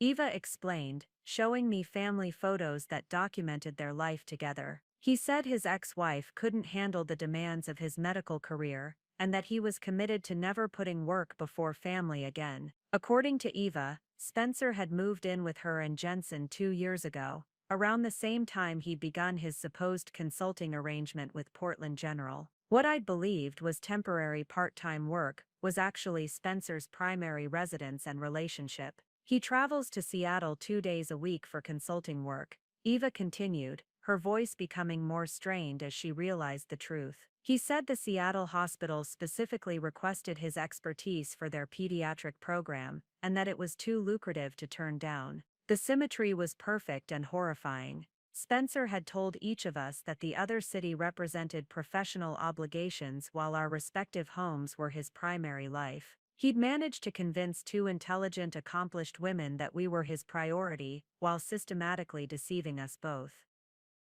As Eva and I compared notes, we uncovered financial arrangements that were even more complex than I'd imagined. Spencer maintained separate bank accounts for each household, but the money originated from a single source: his actual position as chief of pediatric cardiac surgery at Oregon Health Sciences University, a prestigious appointment he'd apparently held for 3 years. "He told me he got promoted to department head last year," Eva said, pulling out documents that showed Spencer's true salary and benefits package. "The position came with a significant raise that allowed us to buy this house." Neither Eva nor I had been told about Spencer's real job. I'd believed he was a consulting surgeon building toward a department head position in Seattle. Eva thought he was a Portland-based surgeon with lucrative Seattle consulting work. In reality, Spencer held one of the most respected pediatric cardiac surgery positions on the West Coast, and he'd been using the prestige and financial benefits of that role to support 2 completely separate families. The most chilling discovery came when Eva showed me Spencer's personal documents from their shared filing cabinet. Spencer had legally changed his name to Spencer Martinez Hartwell 2 years earlier, creating a hyphenated identity that allowed him to maintain legal connections to both families while keeping us ignorant of each other's existence. His Portland driver's license, bank accounts, and medical practice all used the hyphenated name, while his Seattle identity retained the original Hartwell surname. He'd essentially created two legal personas, each unknown to the other family. He told me the hyphenated name was to honor Jensen's connection to our family, Eva said, tears streaming down her face. I thought it was romantic that he wanted to share our name. As the full scope of Spencer's deception became clear, Eva and I realized we were dealing with someone whose capacity for manipulation far exceeded ordinary infidelity. Spencer had constructed an elaborate double life that required constant maintenance, legal documentation, and psychological compartmentalization that bordered on pathological. When Spencer's BMW pulled into the driveway at 6 p.m. with Jensen chattering excitedly about their shopping trip, Eva and I were ready for him. We'd spent the afternoon documenting everything, comparing evidence, and preparing for the confrontation that would finally force Spencer to face the consequences of his years-long deception. As Jensen ran toward the front door calling, "Mommy, Mommy, look what Daddy bought me," Spencer looked up and saw me sitting on his living room couch next to the woman he'd told me was just a colleague going through a difficult divorce. The expression on his face confirmed what Eva and I had already concluded: our marriage was over, but our real work was just beginning. Spencer stood frozen in the doorway, still holding shopping bags while Jensen tugged at his jacket, completely oblivious to the adult drama unfolding around him. For several seconds no one spoke, then Spencer's medical training kicked in, and he shifted into crisis management mode. "Jensen, why don't you go to your room and play with your new toys?" he said calmly, handing the boy the shopping bags. "Mommy and I need to talk with our friend." Even in this moment of complete exposure, Spencer was protecting Jensen from trauma, a consideration that made his deception somehow more complex and painful. This wasn't a man who was callous about family relationships. He was someone who cared deeply about multiple families while systematically betraying them all. After Jensen disappeared upstairs, Spencer closed the front door and turned to face Eva and me with an expression of resignation rather than surprise. "How long have you known?" he asked, directing the question to me. "About this specifically?" "Since this morning, about you lying." "Since Marion's fever last week." I kept my voice steady despite the adrenaline coursing through my system. "The real question is how long you've been planning to maintain this double life." Spencer sat down heavily in the chair across from us, suddenly looking older than his 36 years. "I never planned any of this. It just evolved. Evolved. Eva's voice was sharp with anger and pain. "You told me you were divorced. You moved in with us. You're listed as Jensen's emergency contact at his preschool. This isn't evolution, Spencer. This is systematic fraud." Over the next 3 hours, as Jensen played upstairs unaware that his world was about to change dramatically, Eva and I extracted the basic outline of Spencer's deception while Spencer alternated between justifications and apologies. But it quickly became clear that understanding his motivations was less important than protecting ourselves and our children from the legal and financial consequences of his actions. "We need attorneys," I told Eva during a brief moment when Spencer was upstairs putting Jensen to bed. "This isn't just marriage counseling territory. Spencer has committed fraud on multiple levels." Eva nodded, her earlier shock giving way to practical determination. "I have a lawyer friend who specializes in family law, someone who can help us understand our rights without Spencer knowing we're seeking legal advice." That evening, while Spencer paced the living room attempting to explain his behavior, Eva and I made a silent pact. We would support each other through whatever legal and emotional challenges lay ahead, recognizing that Spencer had made us unwilling allies in his deception. "I think I should go back to my hotel," I said finally, cutting off Spencer's latest attempt at rationalization. "Eva and I will need time to process this, and you need to figure out how you're going to handle the legal implications of what you've done." Spencer looked genuinely panicked for the first time since I'd confronted him. "Legal implications? Bigamy is a felony in Oregon, Spencer. Identity fraud is a federal crime. Insurance fraud carries significant penalties." I stood up, gathering my purse and the folder of evidence Eva and I had compiled. "You might want to consult with an attorney yourself." Eva and I met the following morning at a coffee shop near my hotel, both of us having slept poorly but determined to approach our situation strategically rather than emotionally. In the harsh light of day, we looked like what we were: Two professional women who'd been systematically deceived by someone we'd trusted completely. I've been thinking about this all night, Eva said, settling into the booth across from me with a legal pad covered in notes. Spencer didn't just lie to us about each other. He lied about everything. His job, his income, his legal status, his living situation. We need to understand the full scope before we make any decisions about how to proceed. I pulled out my phone and showed Eva the photos I'd taken of Spencer's financial documents from his home office. His real salary is almost double what he told me he was making. That means there are assets and income streams we don't know about. Eva studied the bank statements and insurance documents, her expression growing more grim with each revelation.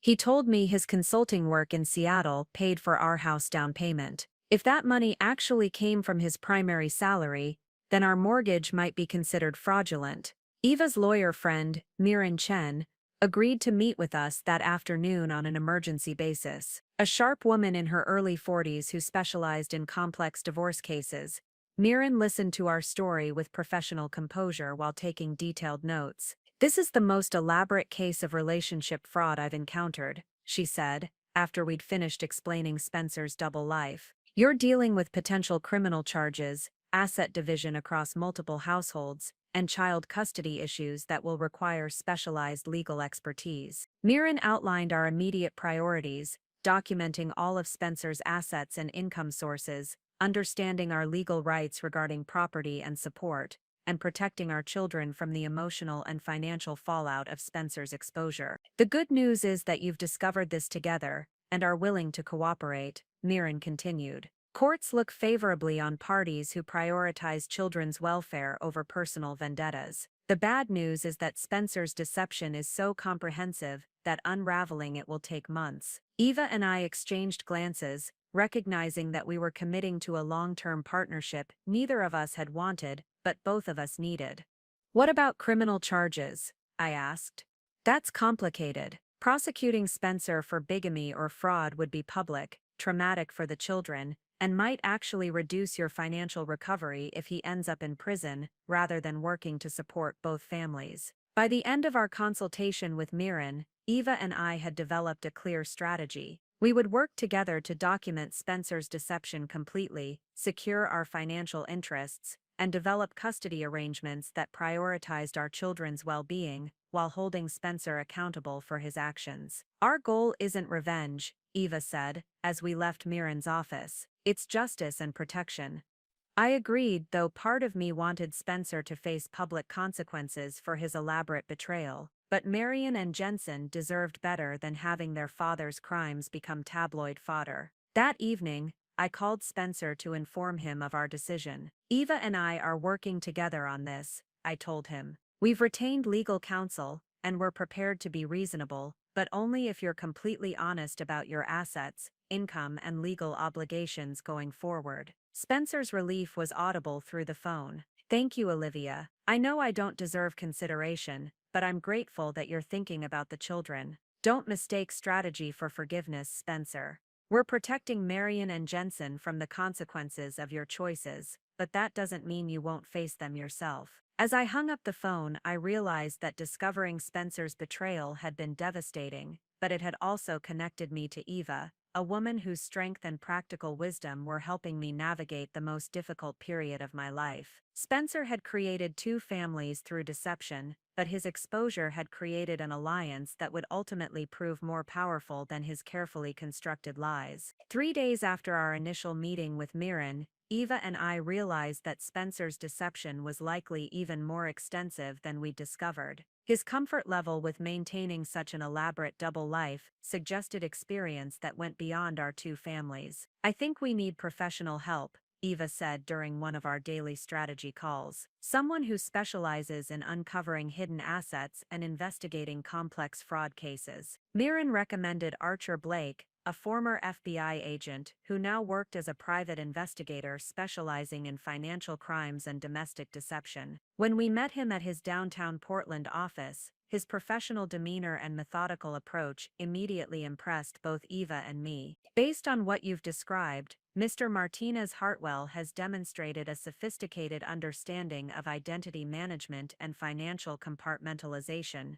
Archer said after reviewing our evidence. This level of organization typically develops over time, which suggests there may be additional relationships or financial arrangements you haven't discovered yet. The possibility that Spencer might have a third family or additional secret relationships was almost too overwhelming to consider, but Archer's expertise demanded that we investigate thoroughly. I'll need access to all of Spencer's financial records, employment history, and personal documents, Archer continued. I'll also run background checks using both his legal names to see what other identities or addresses might be associated with him. Eva and I provided everything we'd collected, along with Spencer's social security number, date of birth, and the various addresses we'd discovered. Archer assured us that his investigation would be discreet but comprehensive. Archer's first breakthrough came within 48 hours. Spencer's position at Oregon Health Sciences University was indeed prestigious and well compensated, but his employment history revealed a pattern of previous deception that predated both Eva and me. Dr. Martinez Hartwell has held his current position for 3 years, Archer reported during our follow-up meeting. But before that, he worked at University of California, San Francisco, for 2 years under the name Spencer Hartwell. He left that position abruptly, citing family obligations that required relocation to Oregon. The timeline was significant. Spencer had begun his relationship with Eva shortly after moving to Portland, suggesting that his job change might have been motivated by personal rather than professional reasons. I've contacted a colleague in San Francisco to investigate his activities there, Archer continued. If Spencer has a pattern of maintaining multiple relationships, there might be evidence from his time in California. Eva and I exchanged worried glances. The possibility that Spencer's deception extended beyond our 2 families was disturbing enough, but the idea that he might have abandoned previous relationships in other cities suggested a level of pathology that made our situation even more serious. Archer's investigation of Spencer's financial records revealed a complex network of accounts, investments, and properties that neither Eva nor I had known existed. Spencer's true net worth was substantially higher than he'd disclosed to either family, with assets carefully distributed across multiple banks and investment firms. He's been systematically diverting income from his primary salary into offshore accounts, Archer explained, showing us financial documents that painted Spencer as far more wealthy than either of us had realized. These accounts had been accumulating value for at least 4 years, suggesting he's been planning for potential exposure or exit scenarios. The offshore accounts contained nearly $800,000, money that had been siphoned from Spencer's legitimate income, while he'd convinced both Eva and me that finances were tight and required careful budgeting. He told me his student loans were still substantial, Eva said, studying the financial statements with growing anger. I've been limiting Jensen's activities and shopping at discount stores while Spencer has been hiding $750,000. My own experience was similar. Spencer had encouraged me to maintain a modest lifestyle despite my own substantial income, suggesting that his consulting work was irregular, and that we should be conservative about major purchases. Meanwhile, he'd been accumulating wealth that he'd kept completely secret from both families. Archer's San Francisco investigation yielded the most disturbing discovery yet. Spencer had indeed maintained a relationship with another woman during his time at UCSF. Dr. Carrie Williams, a pediatric anesthesiologist who'd believed Spencer was divorced and committed to their relationship. Dr. Williams ended their relationship when she discovered Spencer was still legally married to someone else, Archer reported. She never learned the identity of Spencer's wife, but she suspected he was maintaining relationships with multiple women simultaneously. According to Archer's contact in San Francisco, Carrie had threatened to report Spencer's behavior to the hospital administration, prompting his sudden departure from UCSF and relocation to Oregon. This establishes a clear pattern, Archer concluded. Spencer systematically targets accomplished women in medical fields, convinces them he's available for serious relationships, and maintains multiple romantic connections until the deception becomes unsustainable. Eva and I realized that we weren't just victims of Spencer's recent poor judgment, we were the latest targets in a pattern of behavior that had been developing for years. Perhaps most concerning was Archer's discovery of Spencer's preparation for potential exposure. Beyond the offshore accounts, Spencer had been quietly establishing legal and financial frameworks that would allow him to disappear if his double life became public. He's maintained a post office box under a third identity,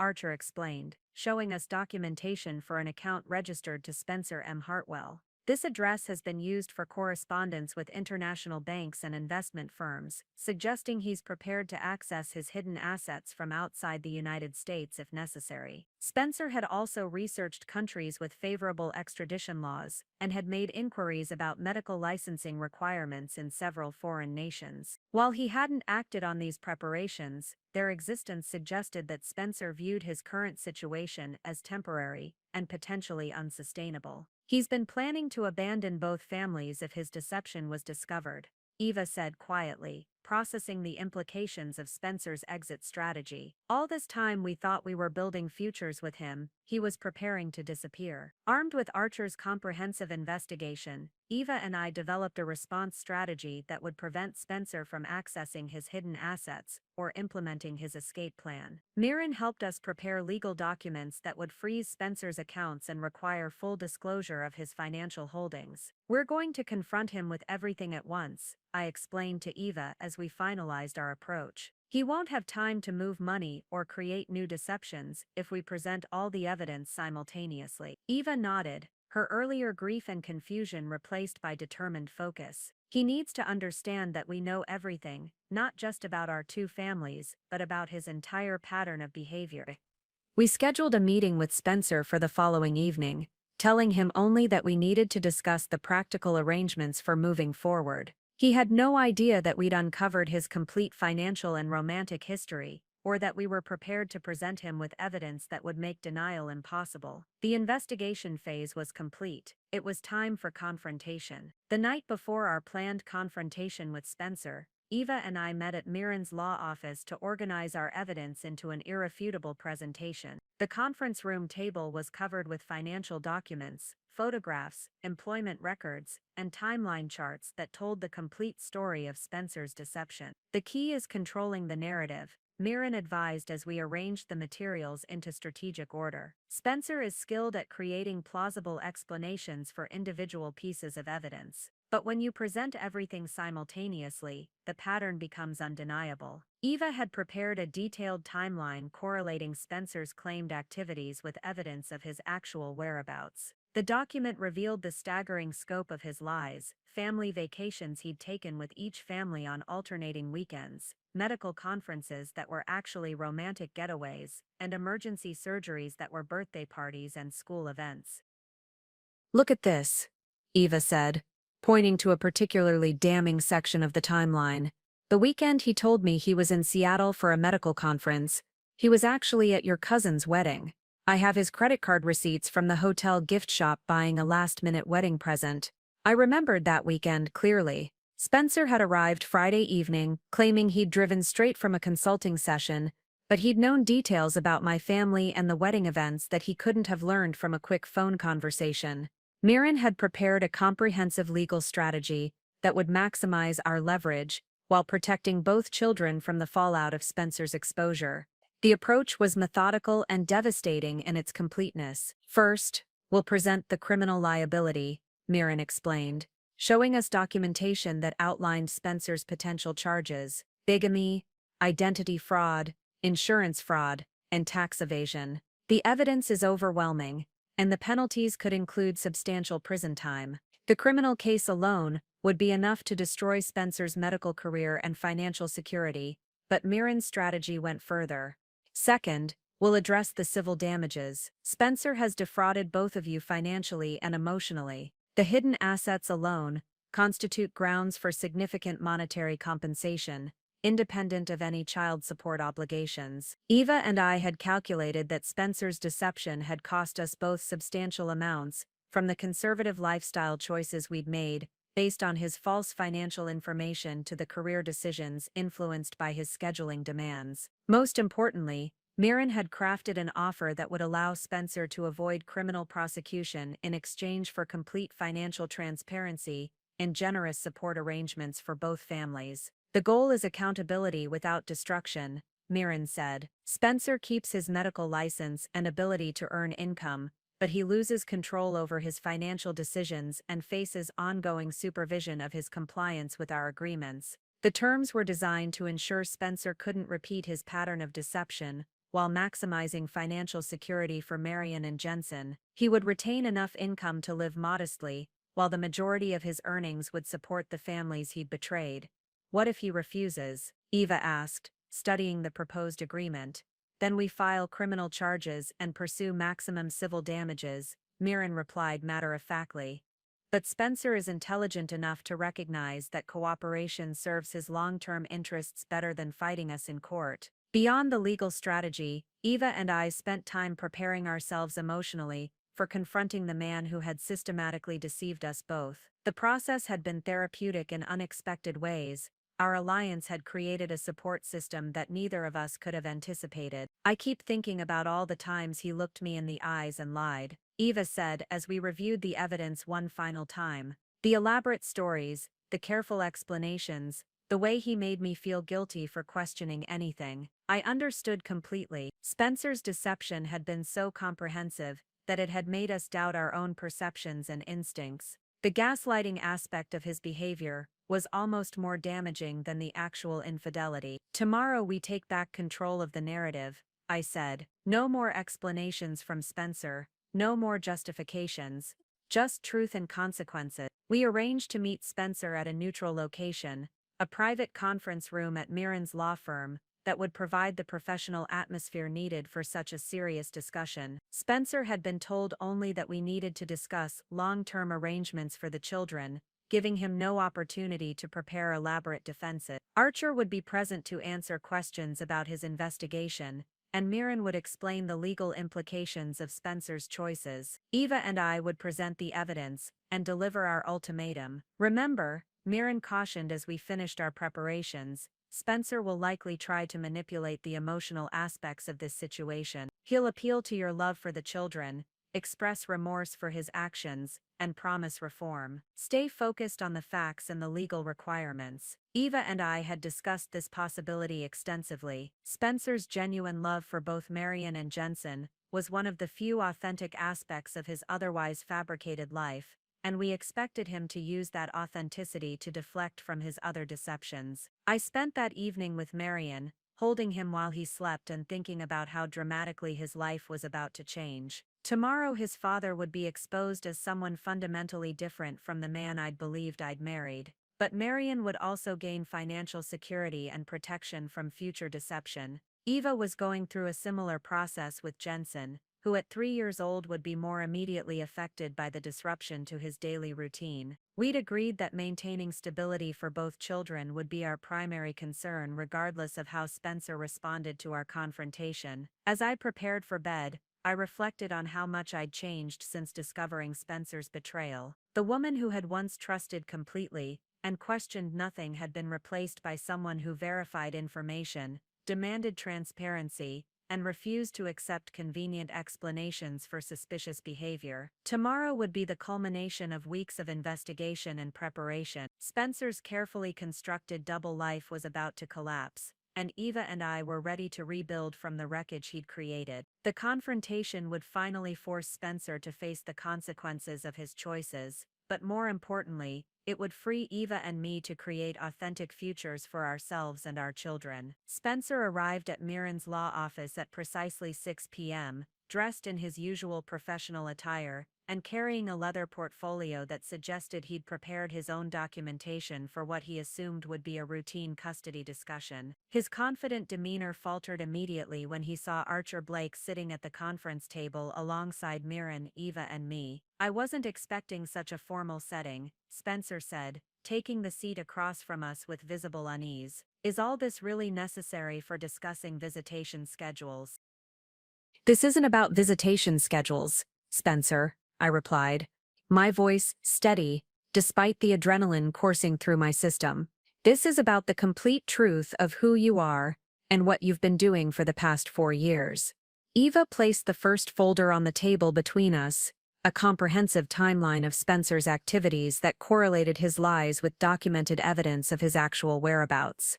"We know everything, Spencer, about your real job, your hidden finances, your history in San Francisco, and your plans to disappear if your deception was discovered." Spencer's face went through a rapid series of expressions as he processed our words. The confident man who had walked through the door was replaced by someone who clearly understood that his carefully constructed world was collapsing. "I can explain all of this," he began, reaching for the folder, but Mirren interrupted him.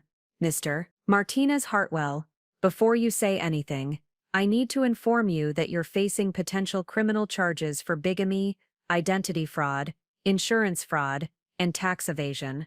Anything you say today could be used as evidence in criminal proceedings." Archer methodically presented each piece of evidence while Spencer sat in stunned silence. The offshore bank accounts, the San Francisco relationship history, the exit strategy documentation, each revelation visibly diminished Spencer's composure until he appeared smaller and more defeated than I'd ever seen him. "The pattern is clear," Archer concluded. "You've been systematically deceiving multiple women for years, maintaining elaborate fictional identities while planning for eventual abandonment when the deception became unsustainable." When Spencer finally spoke, his voice was barely audible. "I never meant for it to go this far. When I met Eva, I was genuinely trying to start over after the situation in San Francisco. But then I met Olivia, and I couldn't bear to lose either relationship. So you decided to lie to both of us for 3 years," Eva said, her anger finally breaking through her professional composure. "You built a life with me, moved in with my son, became his father figure, all while maintaining a completely separate marriage and family." Spencer looked directly at Eva, then at me, his eyes filled with what appeared to be genuine remorse. "I love both of you. I love both children. I know that doesn't excuse what I've done, but it's the truth." Mirren placed the final document on the table, a comprehensive agreement that would resolve all legal and financial issues while allowing Spencer to avoid criminal prosecution. "You have 2 choices," she said formally. "Sign this agreement, which requires complete financial disclosure, supervised access to your children, and substantial support payments to both families. Or we file criminal charges tomorrow morning and pursue maximum civil damages through the courts." Spencer studied the agreement for several minutes, his hands shaking slightly as he read through the terms. The document would essentially place him under financial supervision for the next 15 years, while ensuring both Marion and Jensen received substantial support through college. "This leaves me with almost nothing," he said quietly. "You chose to support 2 families," I replied.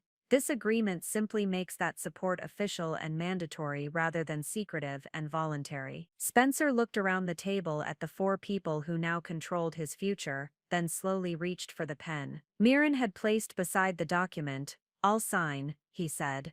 "But I want you both to know that my love for Marion and Jensen was never a lie. That was the only real thing in this entire mess." As Spencer's signature completed our months of investigation and negotiation, I felt not triumph but a profound sense of closure. The man I'd married was finally telling the truth, even if that truth had come at the cost of everything we'd built together. Spencer's pen moved across the document with the same steady precision he used for surgical procedures, but his signature looked shakier than usual. As he completed the final page, the weight of what had just transpired settled over the conference room like a heavy silence. "The financial transfers will begin immediately," Mirren explained, collecting the signed documents.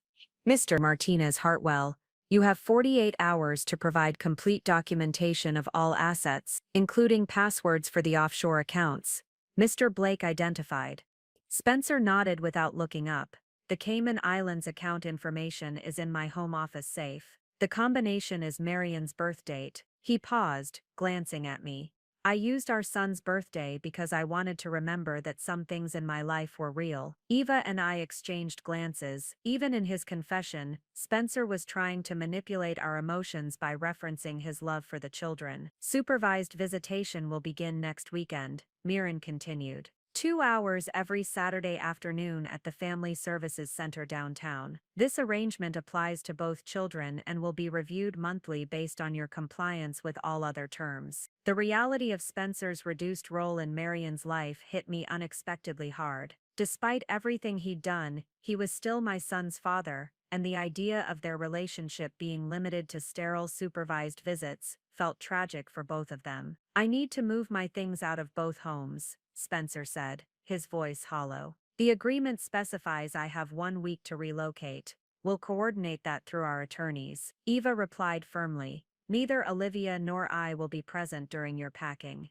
We'll arrange for neutral parties to supervise and ensure you only take personal belongings." Spencer had already secured a small apartment near the hospital where he worked, a modest one-bedroom space that represented the dramatic reduction in his lifestyle. His hidden wealth would now go toward supporting the families he'd deceived rather than funding his elaborate double life. "What about telling the children?" he asked, addressing the question both Eva and I had been dreading. "Jensen already knows something has changed," Eva said. "I've told him that you and I won't be living together anymore, but that you'll still see him regularly. I haven't explained the details, and I won't until he's older. Marion is too young to understand," I added. "When he asks about his father, I'll tell him you live in a different house now, but that you love him very much." Spencer's eyes filled with tears, the first genuine emotion he'd shown since signing the agreement. "They didn't deserve any of this disruption."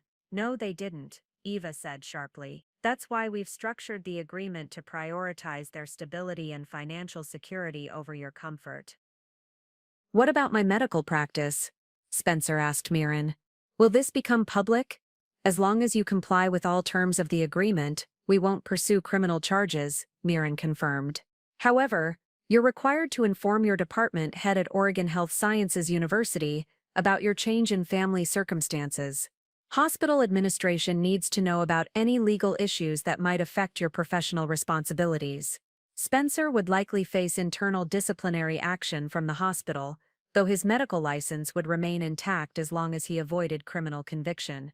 His reputation in the medical community would suffer, but he would retain the ability to practice and earn income. As the meeting concluded, Spencer gathered his things slowly, clearly reluctant to leave and face the reality of his dramatically altered life. At the door, he turned back to Eva and me one final time. "I know you'll never forgive me," he said quietly, "but I hope someday you'll believe that my love for Marion and Jensen was genuine, even if everything else was a lie." Neither Eva nor I responded. We watched Spencer walk to his car, load his briefcase, and drive away from the life he'd constructed through years of systematic deception. "How do you feel?" Eva asked, as we stood in the law office parking lot. "Empty," I replied honestly. "Not angry anymore, not sad exactly, just empty." Eva nodded. "I think that's normal. We've been running on adrenaline and anger for weeks. Now that it's over, there's space for all the other emotions we haven't had time to process. We'd won a complete victory. Spencer had accepted all our terms without negotiation, agreed to comprehensive financial support, and would face ongoing supervision to prevent future deception. But victory felt more like exhaustion than triumph. The most difficult part was just beginning, rebuilding our lives and helping our children navigate the aftermath of their father's choices. The autumn morning light streamed through the kitchen windows of my new house, a cozy craftsman-style home in Seattle's Wallingford neighborhood that I'd purchased with my share of Spencer's financial settlement. Marion, now 1 year old, sat in his high chair methodically demolishing banana slices while babbling contentedly to himself. My phone buzzed with a text from Eva. "Flight lands at 2 p.m. Jensen is so excited to see his little brother." This had become our new tradition. Monthly visits where Eva and Jensen would fly to Seattle, or Marion and I would travel to Portland. What had begun as a legal necessity to maintain the boys' sibling relationship had evolved into something neither Eva nor I had expected, a genuine friendship built on shared experience and mutual respect. "Your big brother is coming today," I told Marion, wiping banana from his chin. "Uncle Jensen always brings you new books." The language we developed around the boys' relationship was carefully chosen. Jensen was Marion's brother, but we called him Uncle Jensen to acknowledge their bond while avoiding confusion about their different family structures. Marion was too young to understand the complexity, but as he grew older, Eva and I were committed to explaining their connection honestly, but age-appropriately. Spencer's scheduled visit with Marion was set for the following Saturday. These monthly encounters had settled into a predictable routine. Spencer would arrive promptly at the Family Services Center, spend 2 hours playing with Marion under supervision, and leave without incident. He'd never missed a visit or violated any terms of our agreement. He's a different person during these visits, I told Dr. Sarah Thompson, the family therapist who monitored Spencer's interactions with both children. More subdued, but also more present than he ever was during our marriage. Thompson had explained that this was common for parents facing consequences for their actions. When people lose the ability to compartmentalize their lives, they often become more authentic in their remaining relationships, even if those relationships are limited. Spencer had been true to his word about financial support. The automatic transfers arrived precisely on schedule, the children's college funds grew steadily, and he'd provided complete documentation of all his assets as required. Mirren had been impressed by his compliance. Most people in his situation try to hide additional assets or find loopholes, she told me during our quarterly review. Spencer seems genuinely committed to fulfilling his obligations. My own career had flourished in ways I hadn't expected. The ordeal with Spencer had taught me to trust my instincts and demand transparency in all my relationships, qualities that had made me a more effective leader at Seattle Methodist Hospital. I'd been offered the position of Chief of Cardiothoracic Surgery, a role that would make me one of the youngest department heads in the hospital's history. You've developed an impressive ability to cut through deception and focus on facts, Dr. Patricia Williams, the hospital CEO, had said during my interview. That kind of clarity is exactly what we need in leadership. The irony wasn't lost on me that Spencer's betrayal had ultimately strengthened my professional capabilities. Learning to investigate his lies had honed analytical skills that translated directly to hospital administration and surgical decision-making. Eva had also experienced unexpected growth following our ordeal. She'd started a support group for women who'd experienced relationship fraud, using our experience to help others navigate similar betrayals. The group met monthly at a community center in Portland, and had grown from 3 members to over 20. There's something powerful about realizing you're not alone in this type of experience, Eva had explained during one of our calls. Spencer made us both feel like we were crazy for questioning him. Now we help other women trust their instincts. Eva had also begun dating again, carefully, and with the kind of verification processes that would have seemed paranoid before Spencer, but now felt like basic due diligence. Her new partner, Dr. Michael Torres, was a pediatric oncologist who had undergone the kind of background checking that would have impressed Archer Blake. Watching Marion and Jensen together remained one of the most rewarding aspects of our unconventional family arrangement.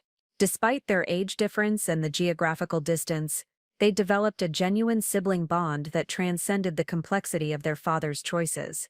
Jensen, now 4, had appointed himself Marion's protector and teacher. During visits, he would carefully show Marion how to stack blocks, read picture books in his developing vocabulary, and share his toys with the patience of someone who understood that little brothers required special consideration. They have the same laugh, Eva observed during our most recent visit, watching the boys play together in my living room, and the same way of concentrating when they're figuring out how something works. The genetic similarities were undeniable, but more importantly, both boys were developing the kind of secure attachment that would serve them well regardless of their father's limited presence in their lives.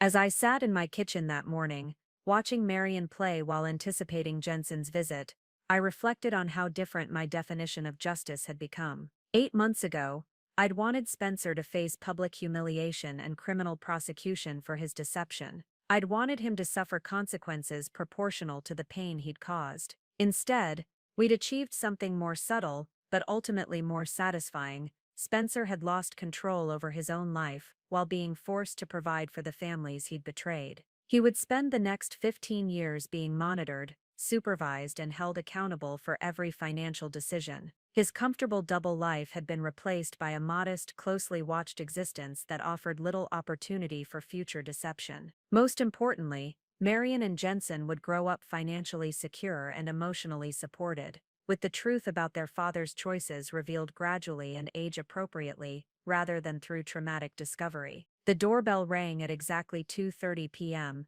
and Marion immediately began bouncing in his high chair with excitement. He'd learned to recognize the sound of Eva and Jensen's arrival, and always responded with enthusiasm that warmed my heart. "Uncle Jensen," I called out as I opened the door, immediately swept into the chaos of a 4-year-old's enthusiastic greeting. "Olivia, we brought Marion a new puzzle and some books about trucks," Jensen announced, hugging my legs before running toward the kitchen where his little brother was waiting. Eva followed more sedately, carrying an overnight bag and wearing the relaxed expression of someone who'd found peace with her circumstances. "He talked about Marion for the entire flight," she said, setting down her bag and accepting my hug. "I think he's planning to teach him how to count to 10 this visit."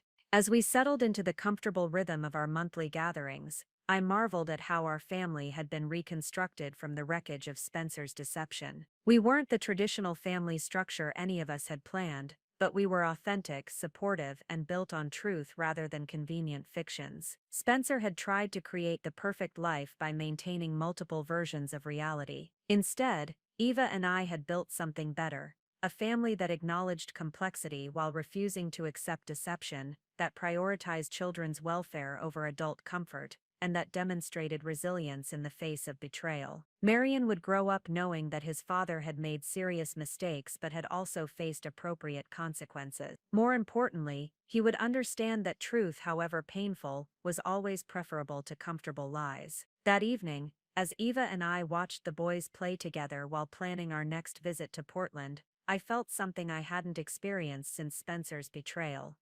Genuine contentment with the present and optimism about the future. The story that had begun with devastating discovery had transformed into something unexpected and valuable, proof that even the most elaborate deceptions eventually give way to truth, and that families built on honesty, however unconventional, are stronger than those constructed on lies. Spencer had delivered news that destroyed his own future, but in doing so, he'd freed Eva, Marion, Jensen, and me to build something authentic and lasting from the pieces he'd left behind. Up next, you've got 2 more standout stories right on your screen. If this one hit the mark, you won't want to pass these up. Just click and check them out. And don't forget to subscribe and turn on the notification bell so you don't miss any upload from us.